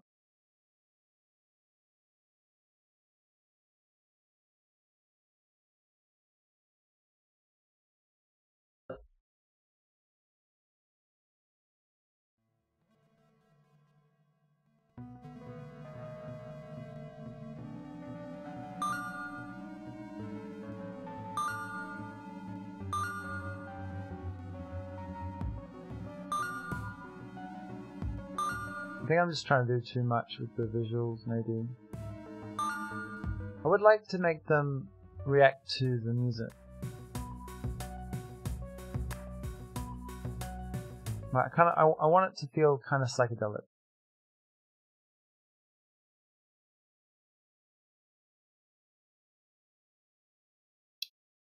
So this would be the floor. And we could just probably do the same thing for other levels, but we'll figure that out later. Okay. So then in the game world, we've got this zigzag script. We're just going to call it zig-zag. And what we're going to do is we're going to get an onReady var, and it's going to be our audio manager, and it's going to equal to root audio manager, right? And then we're going to hook up our signal, which we don't have yet, so we'll just pass and go build that signal first.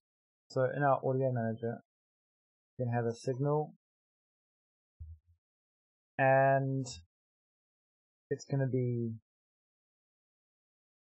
music amplitude, and it's going to be just a value.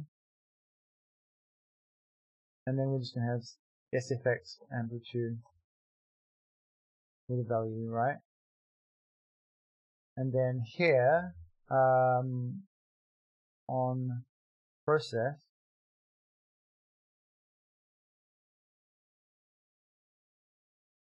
what we're going to say is get like audio server dot, I guess we want to do this we want to do this at the beginning. When we're ready,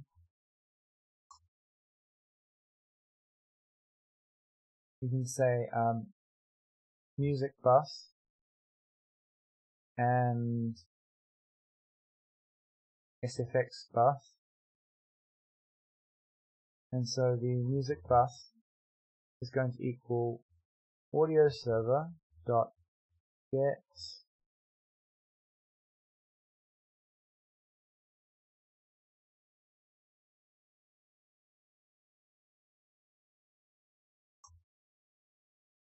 get bus channels, and we'll say music bus ID, right?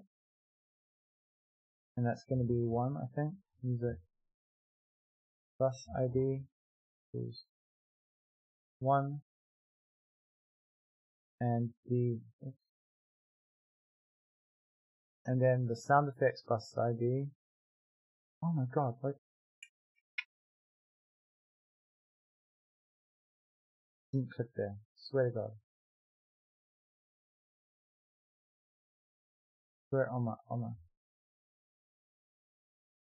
sound effects bus is 2. Okay, so we just basically get a reference to our bus for each, the sound effects and the music, right? And then every frame, I think we're going to get music bus dot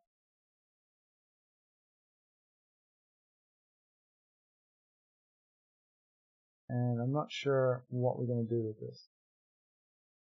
So let's have a look. Get bus channels. Okay. Actually, these are going to be L and R values because it's stereo, right? And then we're going to jump into our Godot documentation and have a look at get bus channels.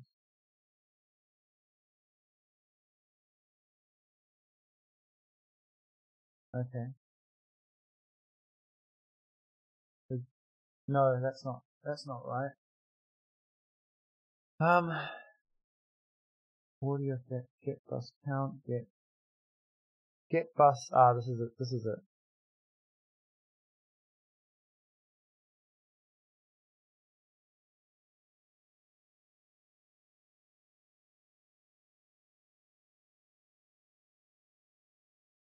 Get bus.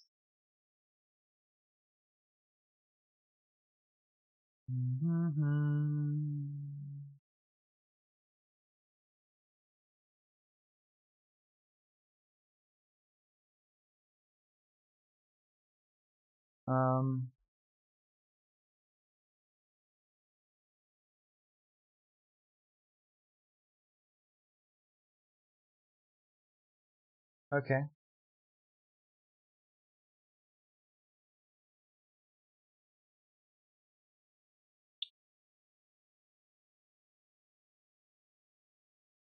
So I guess we really want to do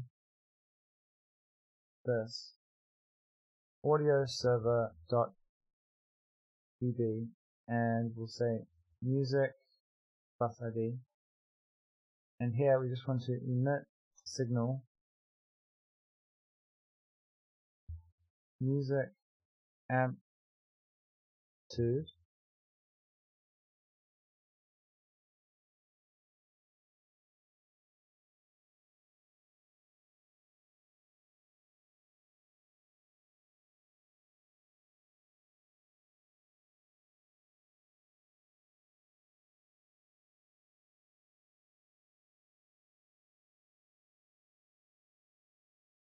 I don't think this is going to be very performant at all, but I'm just going to screw around and see if I can find something cool.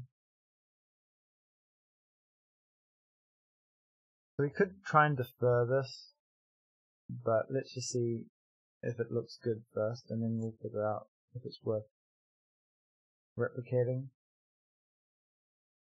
Okay, and then we have SFX amplitude, right? And we're just going to use the SFX plus ID. Okay.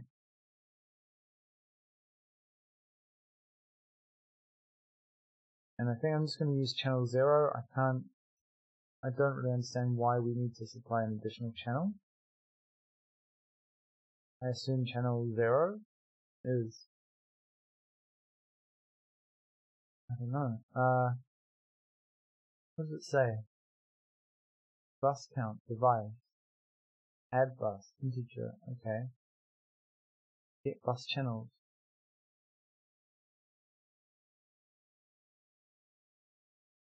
I guess for stereo it'll be 2.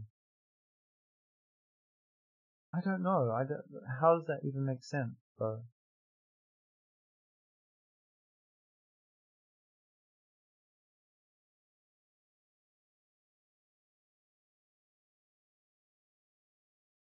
Does it say here anything about channel? An audio bus, also called an audio channel. Well, if that's the case, then why do our buses have channels? If they're also the same thing. Okay. Bus playing, yeah.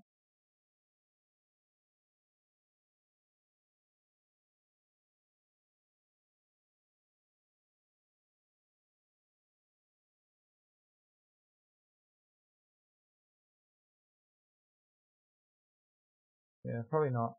I think I might have been misguided on this journey with the zigzag. Maybe not in Godot, but let's see. Okay. We don't really need that thing, and we're not going to use that either. Cool. So then what we do in our zigzag code, when we're ready, we create a connection. We connect. In fact, we audio manager.connect our music amplitude to self on audio manager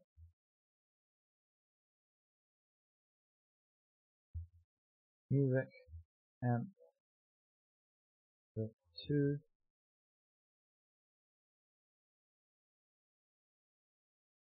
and we just do the same thing for our sound effects.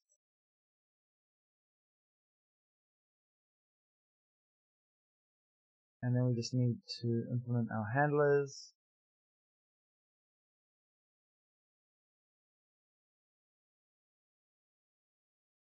With L and R channels.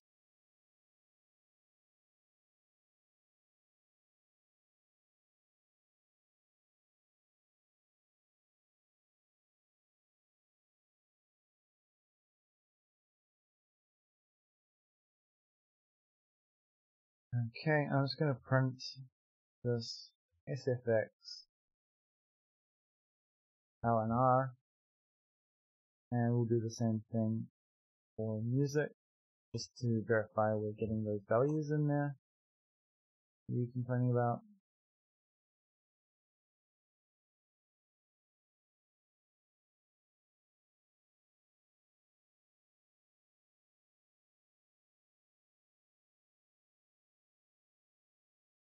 Okay.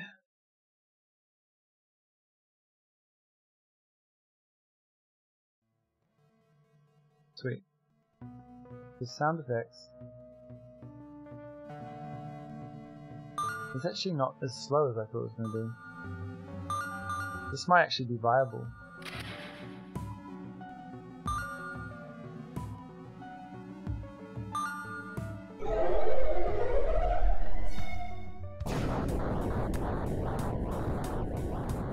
Okay.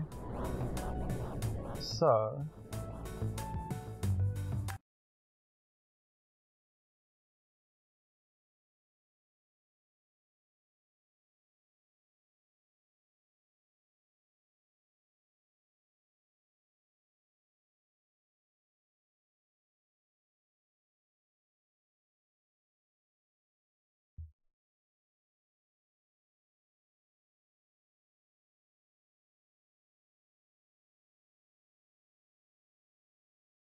now what we can do is we can set our shader param based on these values, right?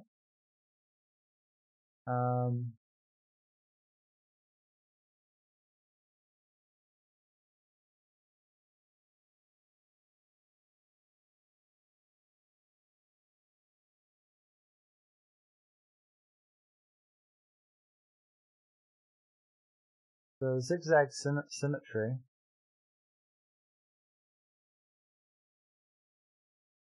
probably one we can do. Let's maybe have a look inside here now.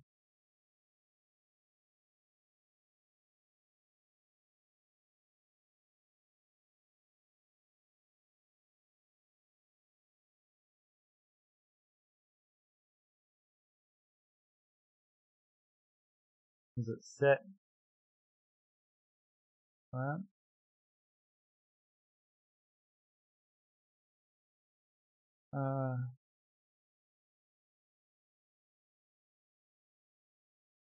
Godot set param, set shader param.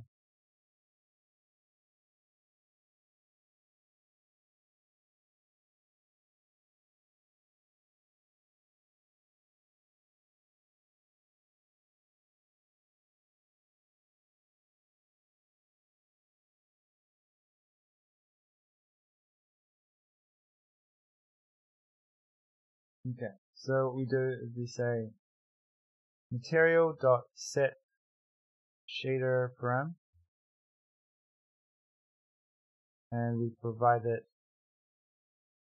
parameter and the value, and I guess we just do L and R. Okay, so what do we have here? When we are looking at our output, our music is jumping around -50, so what we could do is do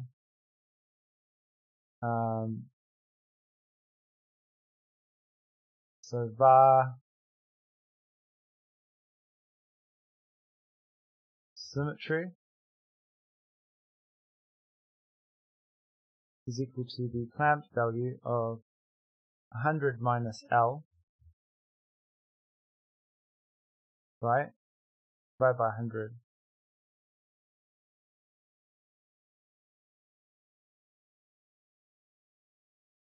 And we need it to be between 0 and 1.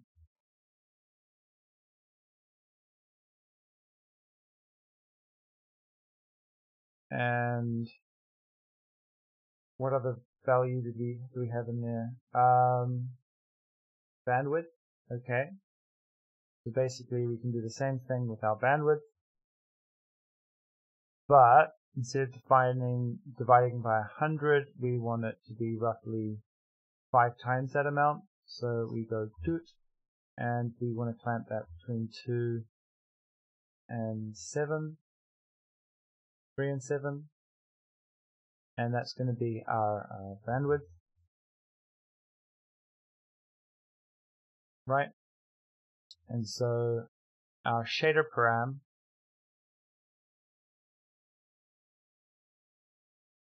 bandwidth and zigzag symmetry, we can set that so bandwidth, and we may as well just plonk this right in without, we're running it every frame, so we probably just want to do it straight like that. And our symmetry, we probably do it straight like that. Zig-zag symmetry. Cool.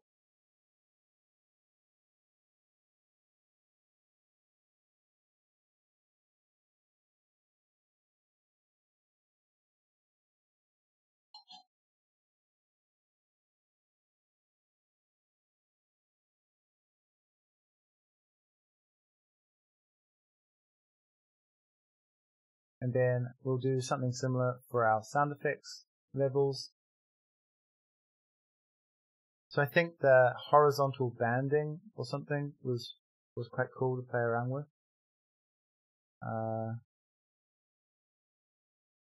Zigzag banding and interval. Okay, so we'll say zigzag banding here.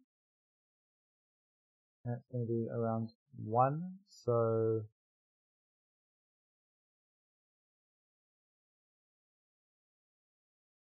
probably clamp that like this, and maybe just bring that down a bit.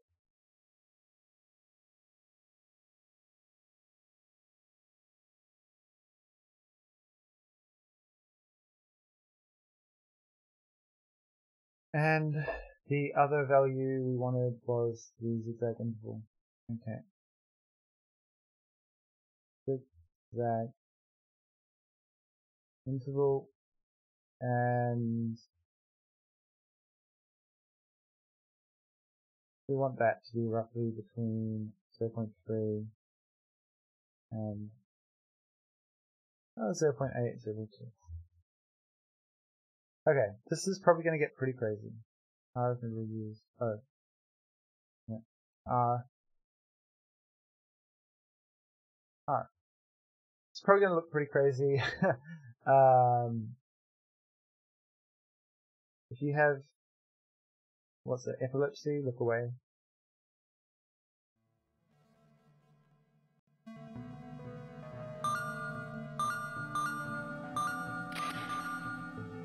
Well, that's unfortunate. It doesn't seem to be updating with the music. Looks like it's updating once and that's it.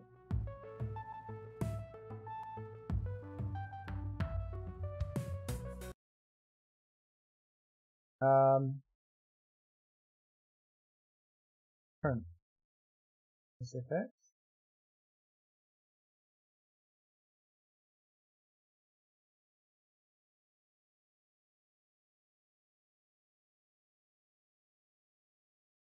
Music. I'm wondering if some value just like broke, or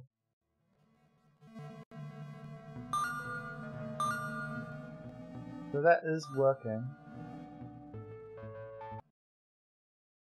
Maybe we need to just check the values here. So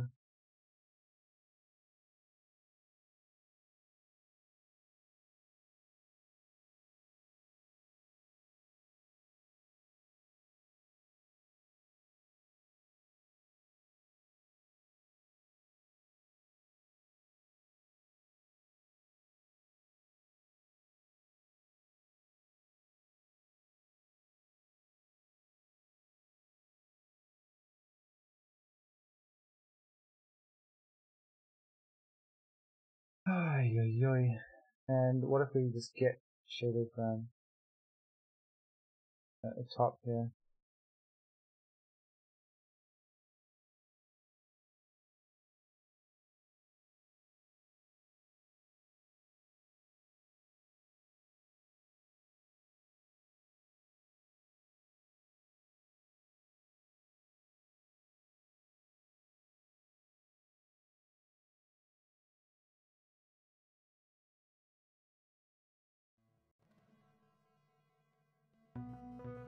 Seven 7 1.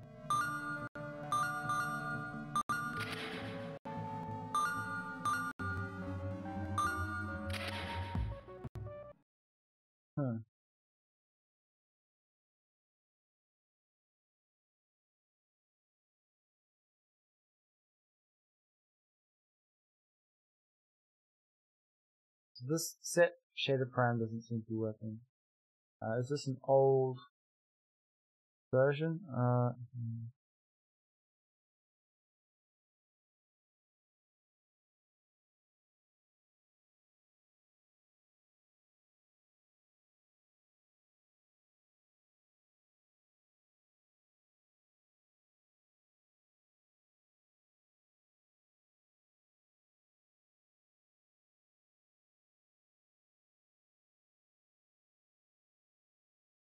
I think that's probably the issue. Let's have a look.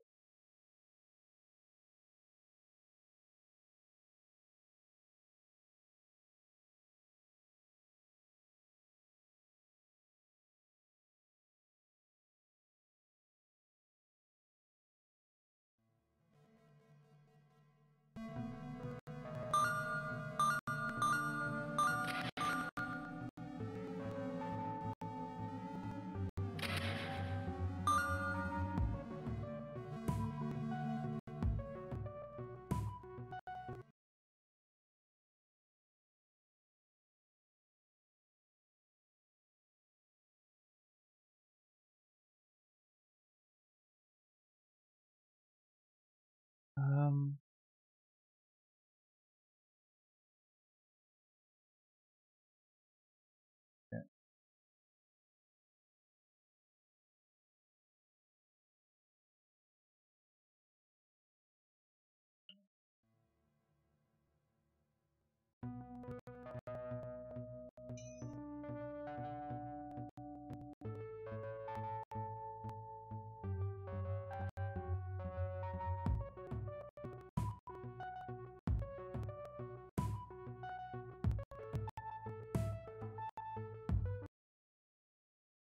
Okay, well, that doesn't seem to be working.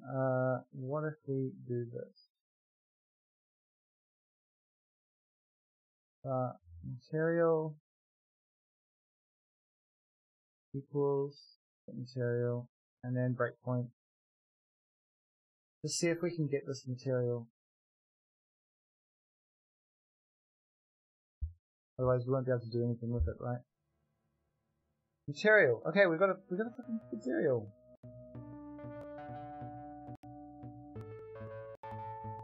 So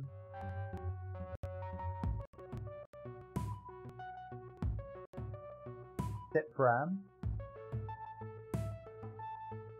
What? Godot set shader param example. Come on.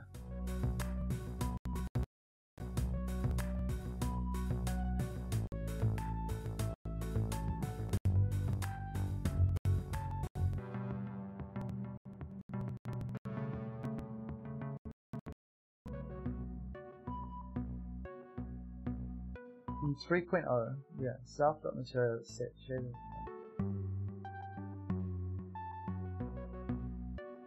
But value equals material dot get shader param bandwidth, right?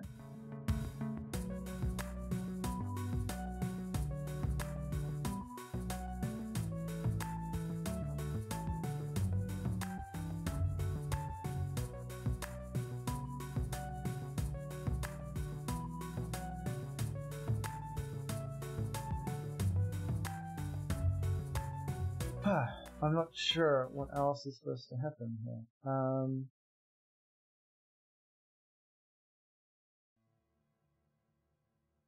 Okay. So we have a value. The material.set shader param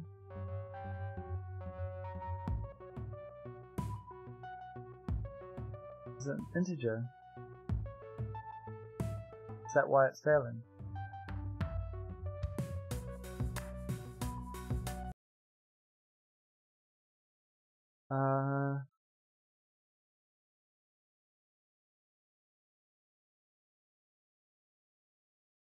No, they're all floats.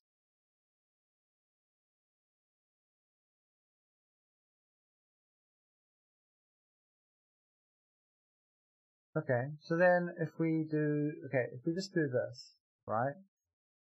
We set shader param to 6.0, right? We should expect to see 6.0 immediately afterwards, right?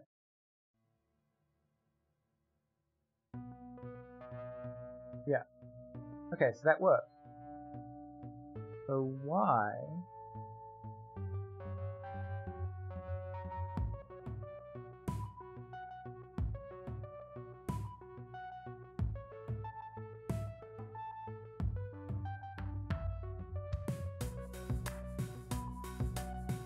What if we just did a random range between 0.4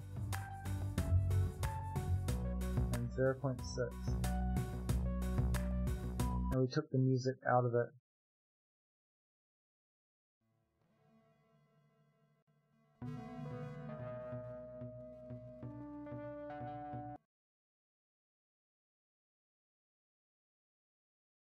Turn.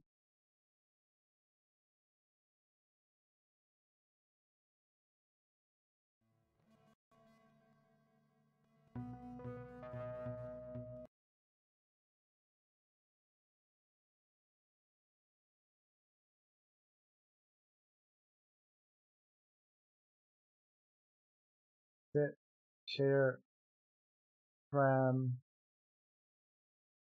every frame.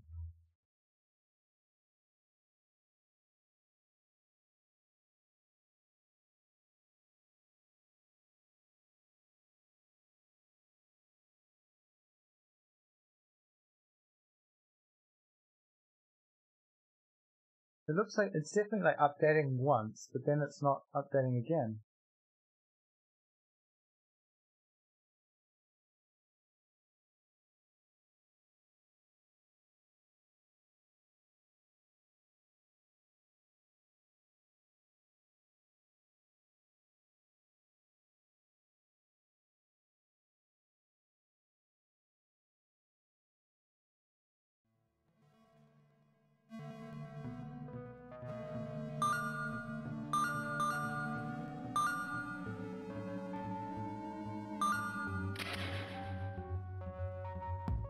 Well, I can't really do psychedelic zigzags without them moving.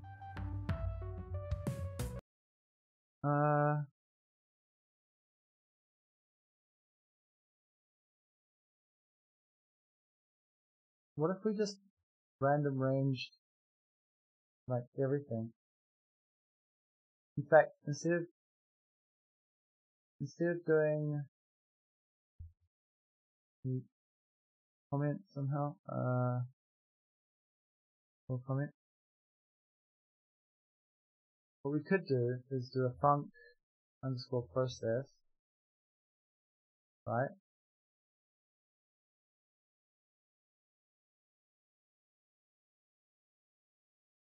And make some changes and see if that works.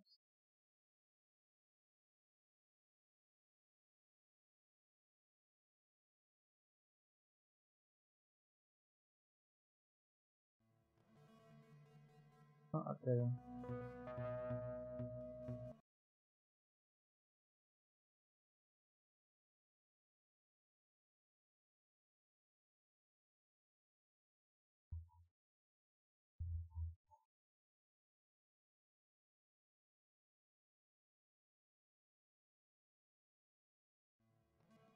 There we go. So that was working. So what if we just leave that bandwidth alone?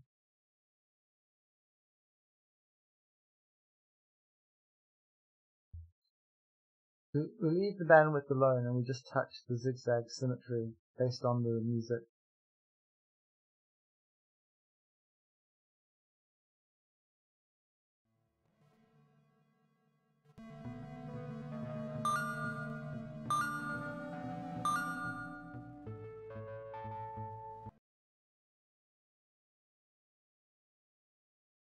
Oh, it's supposed to be plus. That's why it breaks. Yeah, because you've got a negative value.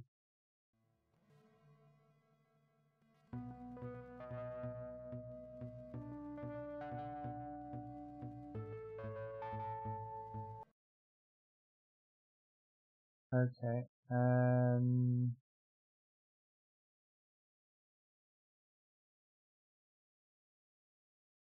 we've got like a negative 50. You get negative 50 over 100. This is over 50. No, 100 plus, so we get 50.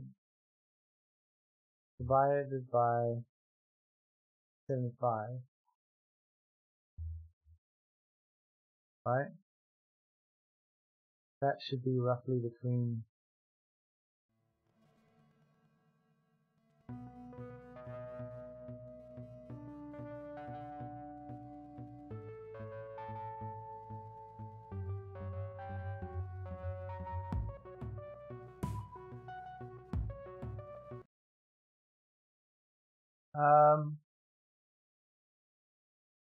okay.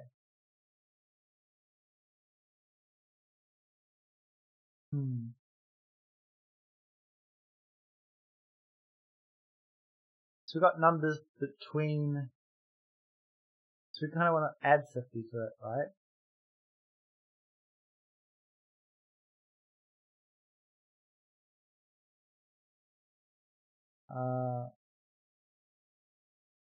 Over 50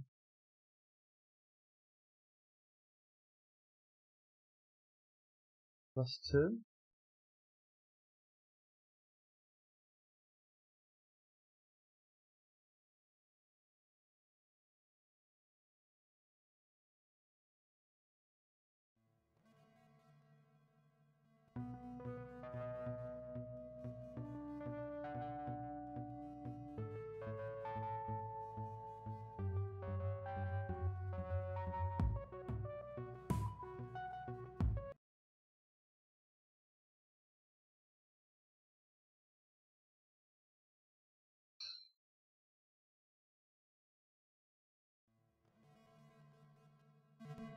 And I think we need to open this up a little bit.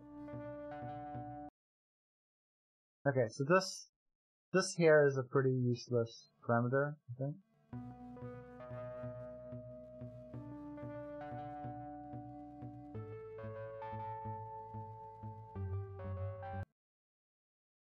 And we don't really know the values here. Okay, so let's just print music R and figure out what values we're looking at.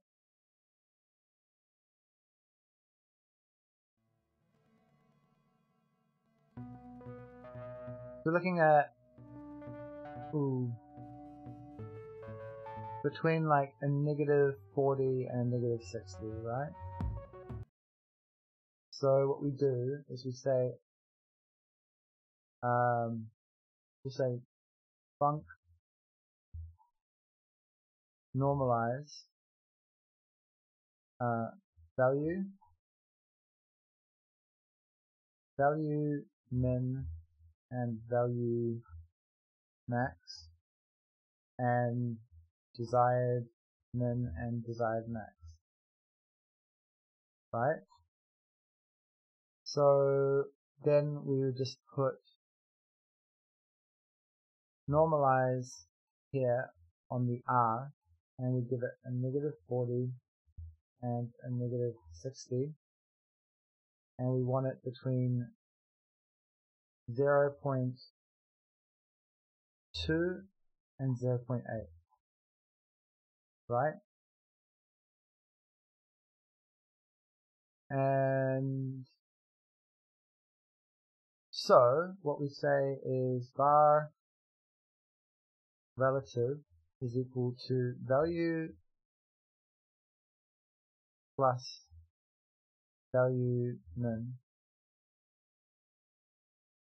right? No. So negative 50, we want to minus the minimum value, right?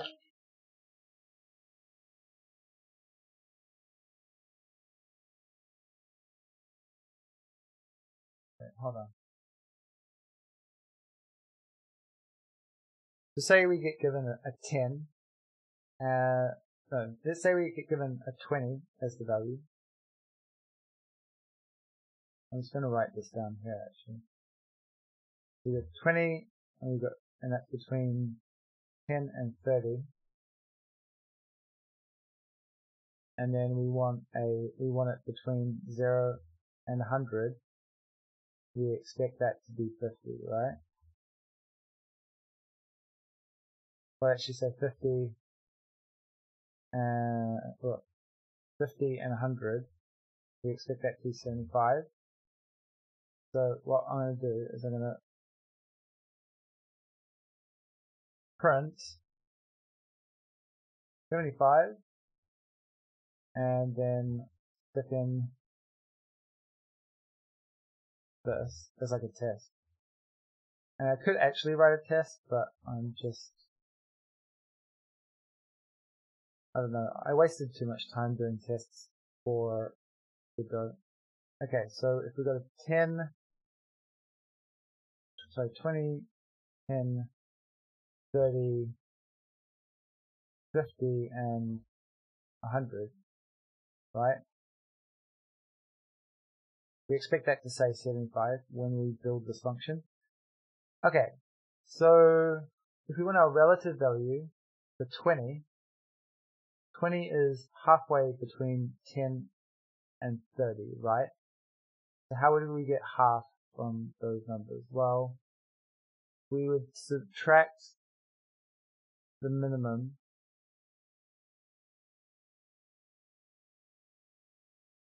right, 10, and we divide it by the value max minus the value minimum.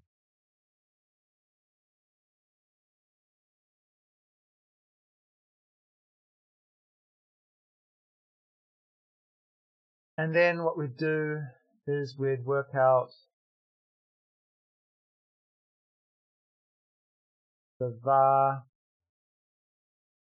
desired difference is equal to the desired max minus the desired minimum, right?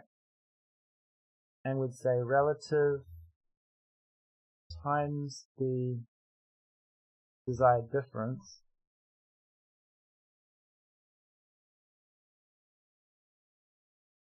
plus the desired minimum.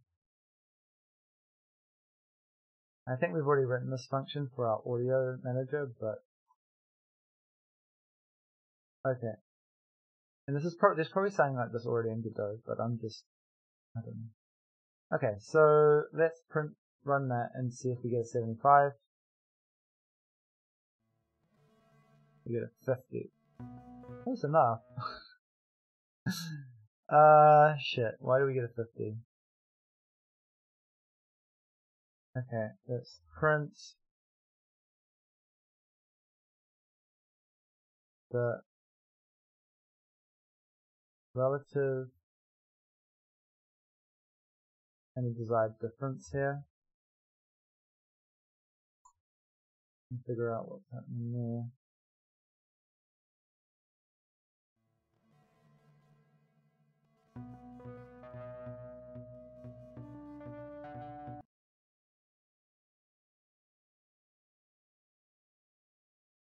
really read that.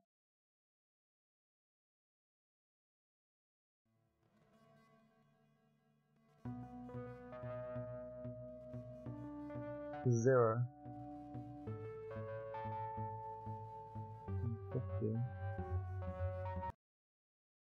Why is that 0? Okay, so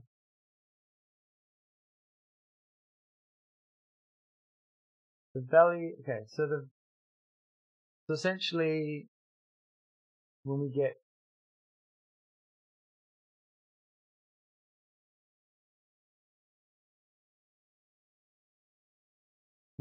given 20, 10, 30, it's essentially the same as, yeah, that should be right?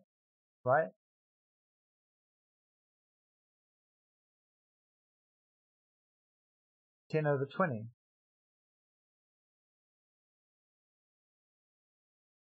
That 30 minus the min. Oh god.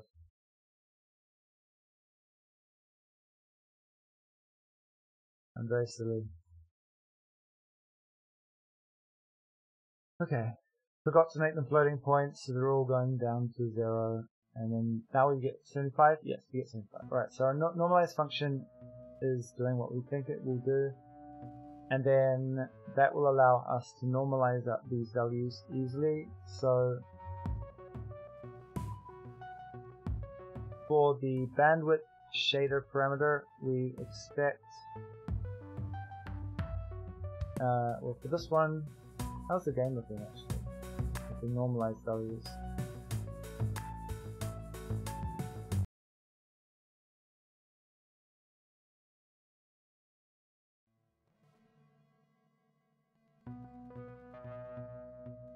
Okay. So that's one parameter is updating.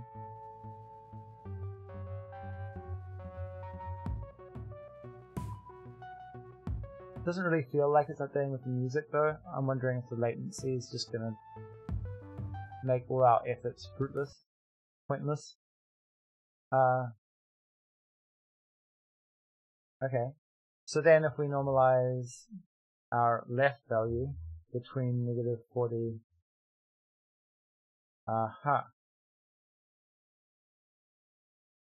negative 40 and negative 60, and then we want the bandwidth to be somewhere between 3.0 and 8.0,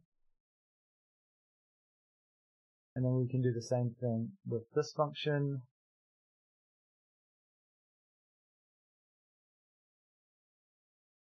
Oh, I guess we should clamp this with the desired min and the desired max, right? So that stops like any weirdness going over our bounds. Okay, and so our bandwidth we want to oscillate between 3 and 5. Our zigzag symmetry we want to oscillate between maybe even more than that. I don't think it's happening enough. Okay, now zigzag interval we want to oscillate between what? So right now our zigzag interval is 0.5, and let's just print SFX L and R, because I think that this is going to be a little bit more dynamic in terms of volume. So those negative 40 and negative 60, in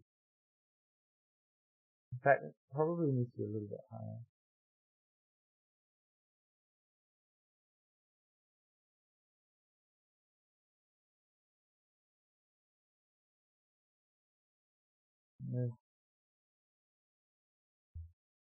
negative 55 and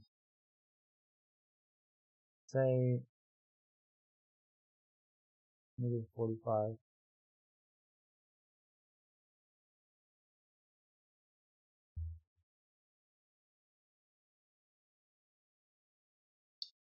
So this we want to oscillate actually just a little bit between 4 and 6.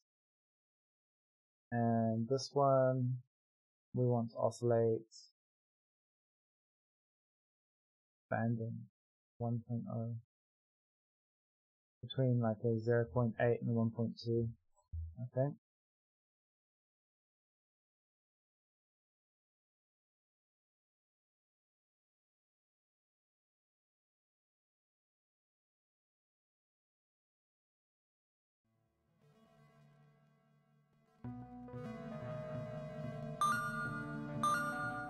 Interesting.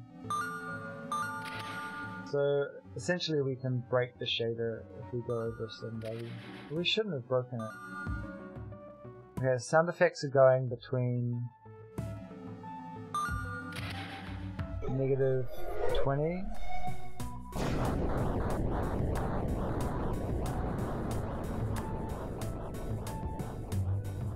the music. I think we've got our music around the wrong way.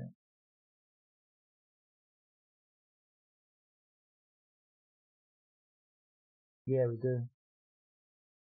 Well, that's promising that I can tell that the sound effects are triggering the music instead. Although I'm not super impressed with the effect. I think that we're probably gonna have to give it up. Bus ID 2 and 1. Okay, so then this is now gonna, if we look back at our output, we're now looking at between negative 14, negative 12, negative 10, and about negative 25. Okay. So negative 10, and let's say negative 30 here.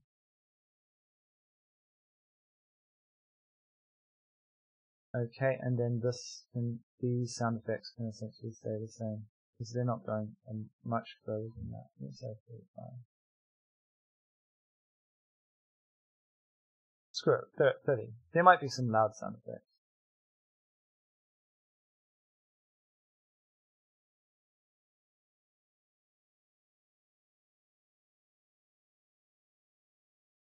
I'm interested to see that Edison will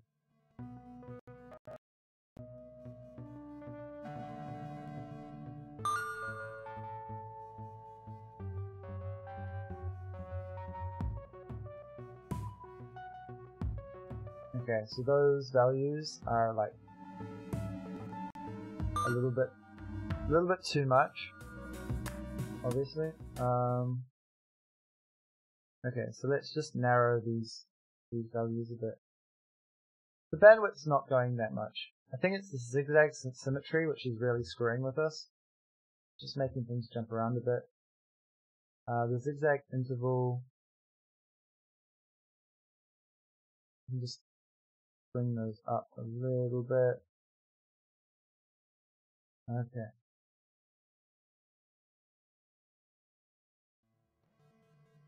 Whoa.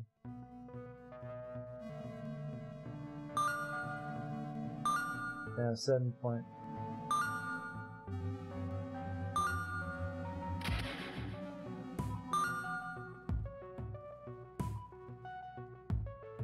So that's the banding going weird, I think.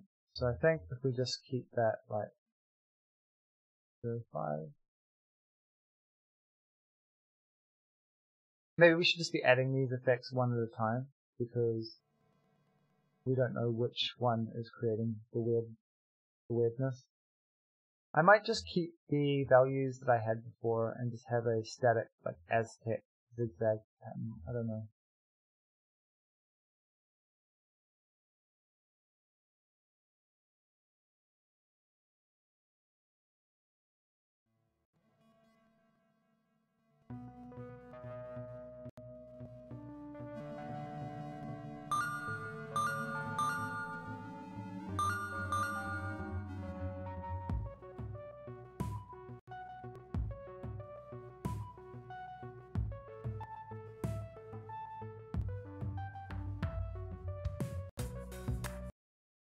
Okay, that bandwidth's really not getting affected much, is it?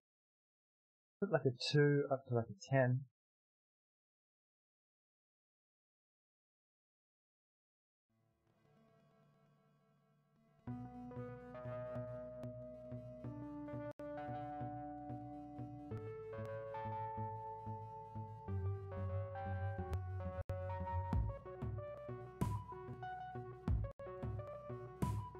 Yeah, it doesn't seem to really affect it at all. Well, let's see what values when we jump into our world and zoom in a little bit. So our bandwidth, we want it to go between 3. That's not really making a difference to it. Oh, I don't think we're even using that parameter. So the interval,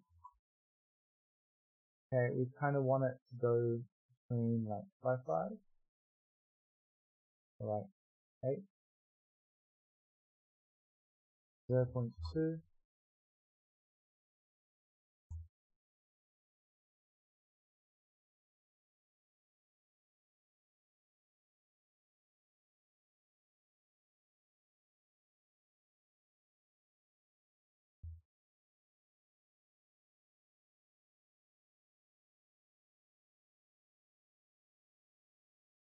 Yeah, I don't think we really want to play with that one either. Banding.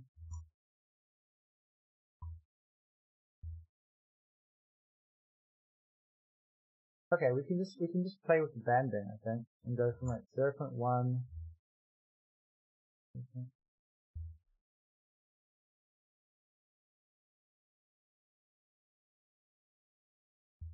0.3 to what?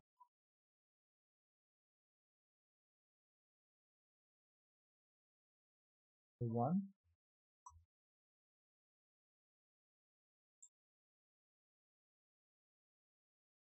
0.5.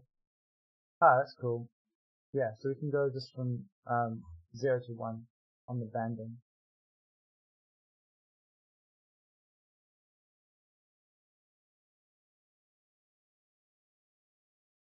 And actually, I kind of just want that in time with the music.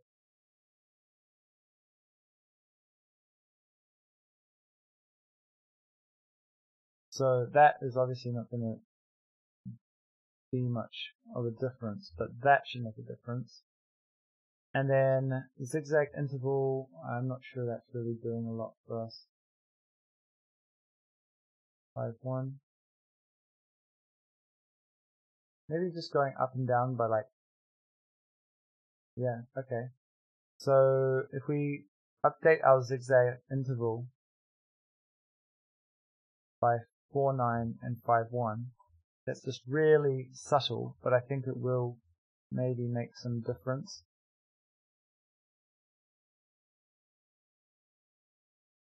And we can get rid of R, so we're not using it. That can be that. Okay, let's see if that makes any sort of effect.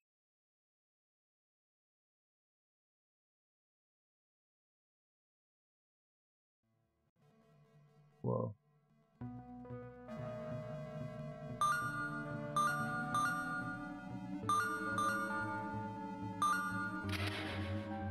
I think we need to lerp these values.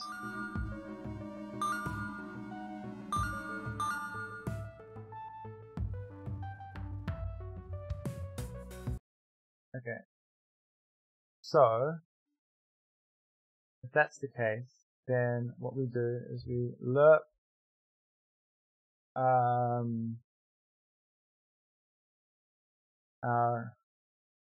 material dot get shader param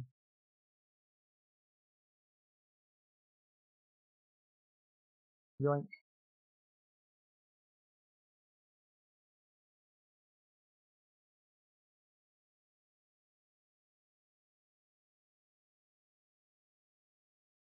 And just do it by like a 0.2 maybe.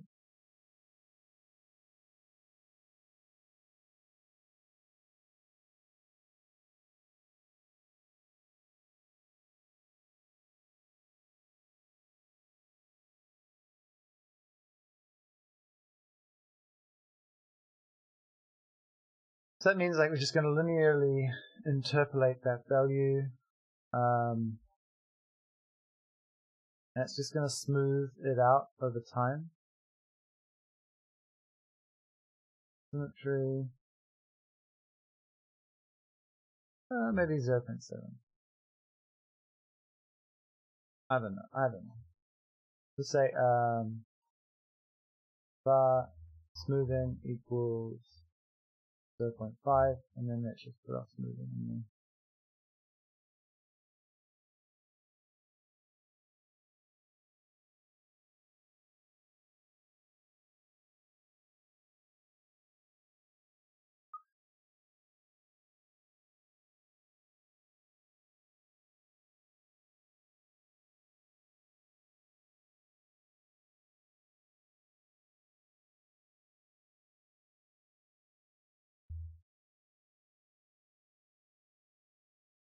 I think we might just have to, if this doesn't really give me the effect I'm looking for, we might just simplify the graphics, so like go back to black and white or something. And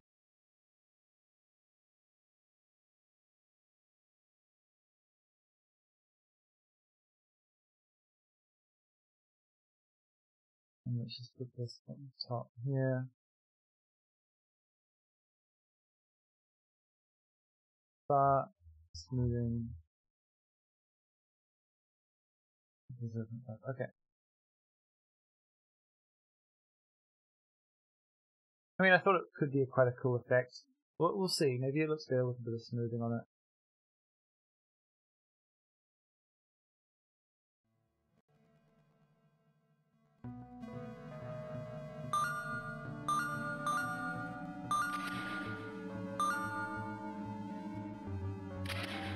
Okay, I don't like that. I don't like the interval.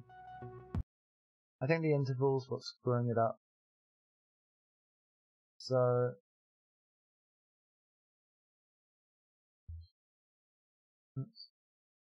God's sake. There we go. All right.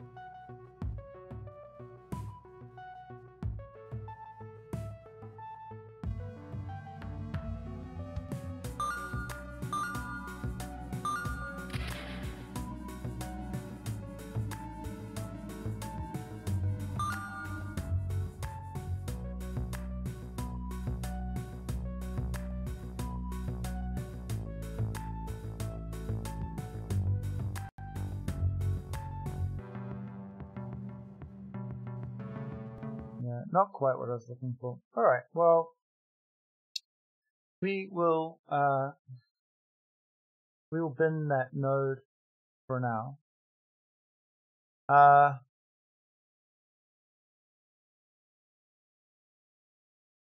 And I will come back to this idea at another time.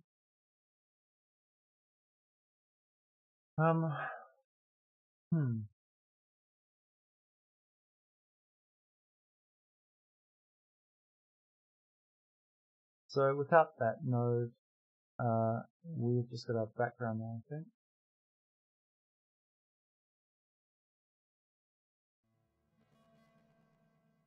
I think that's fine. I mean, there's nothing wrong with the simple background.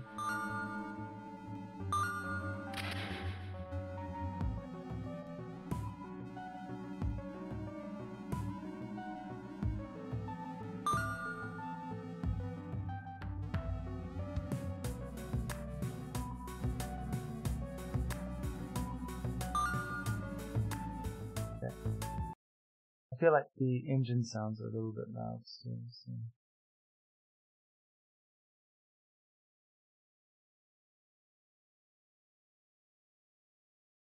Okay, well I don't want to start something new this late in the day, so I think I'm actually just going to go back and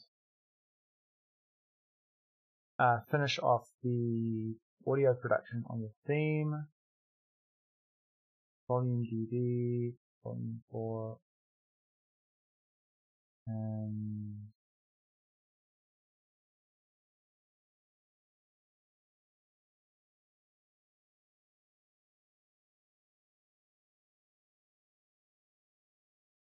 if we put this at like a 0.3,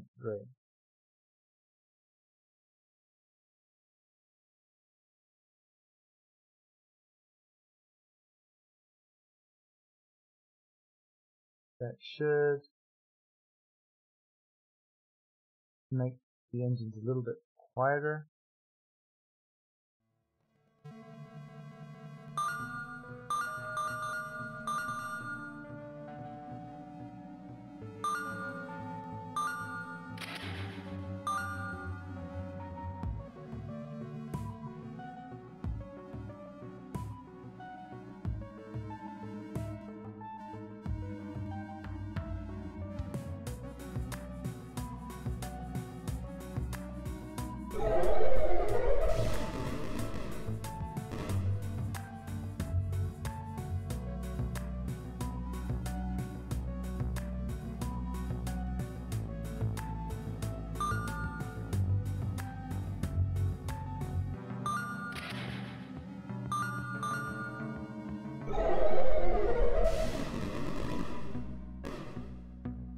Okay. Cool. In that case, we can also remove that signal off our audio manager. We won't be needing that for a while. Okay, well I think I'll probably have to figure out a way to do the background of the game with some other technique. It seems that the shaders just aren't quite working for us there, and I thought it'd be cool to do the shaders in time with the music, but I just don't think it's worth the fuss, to be honest. And it was maybe a little bit jarring and affected the performance a bit, so I think I'll just leave it how it was. Cool, well, in that case, let's just pick up where we left off this morning and finish off that theme song.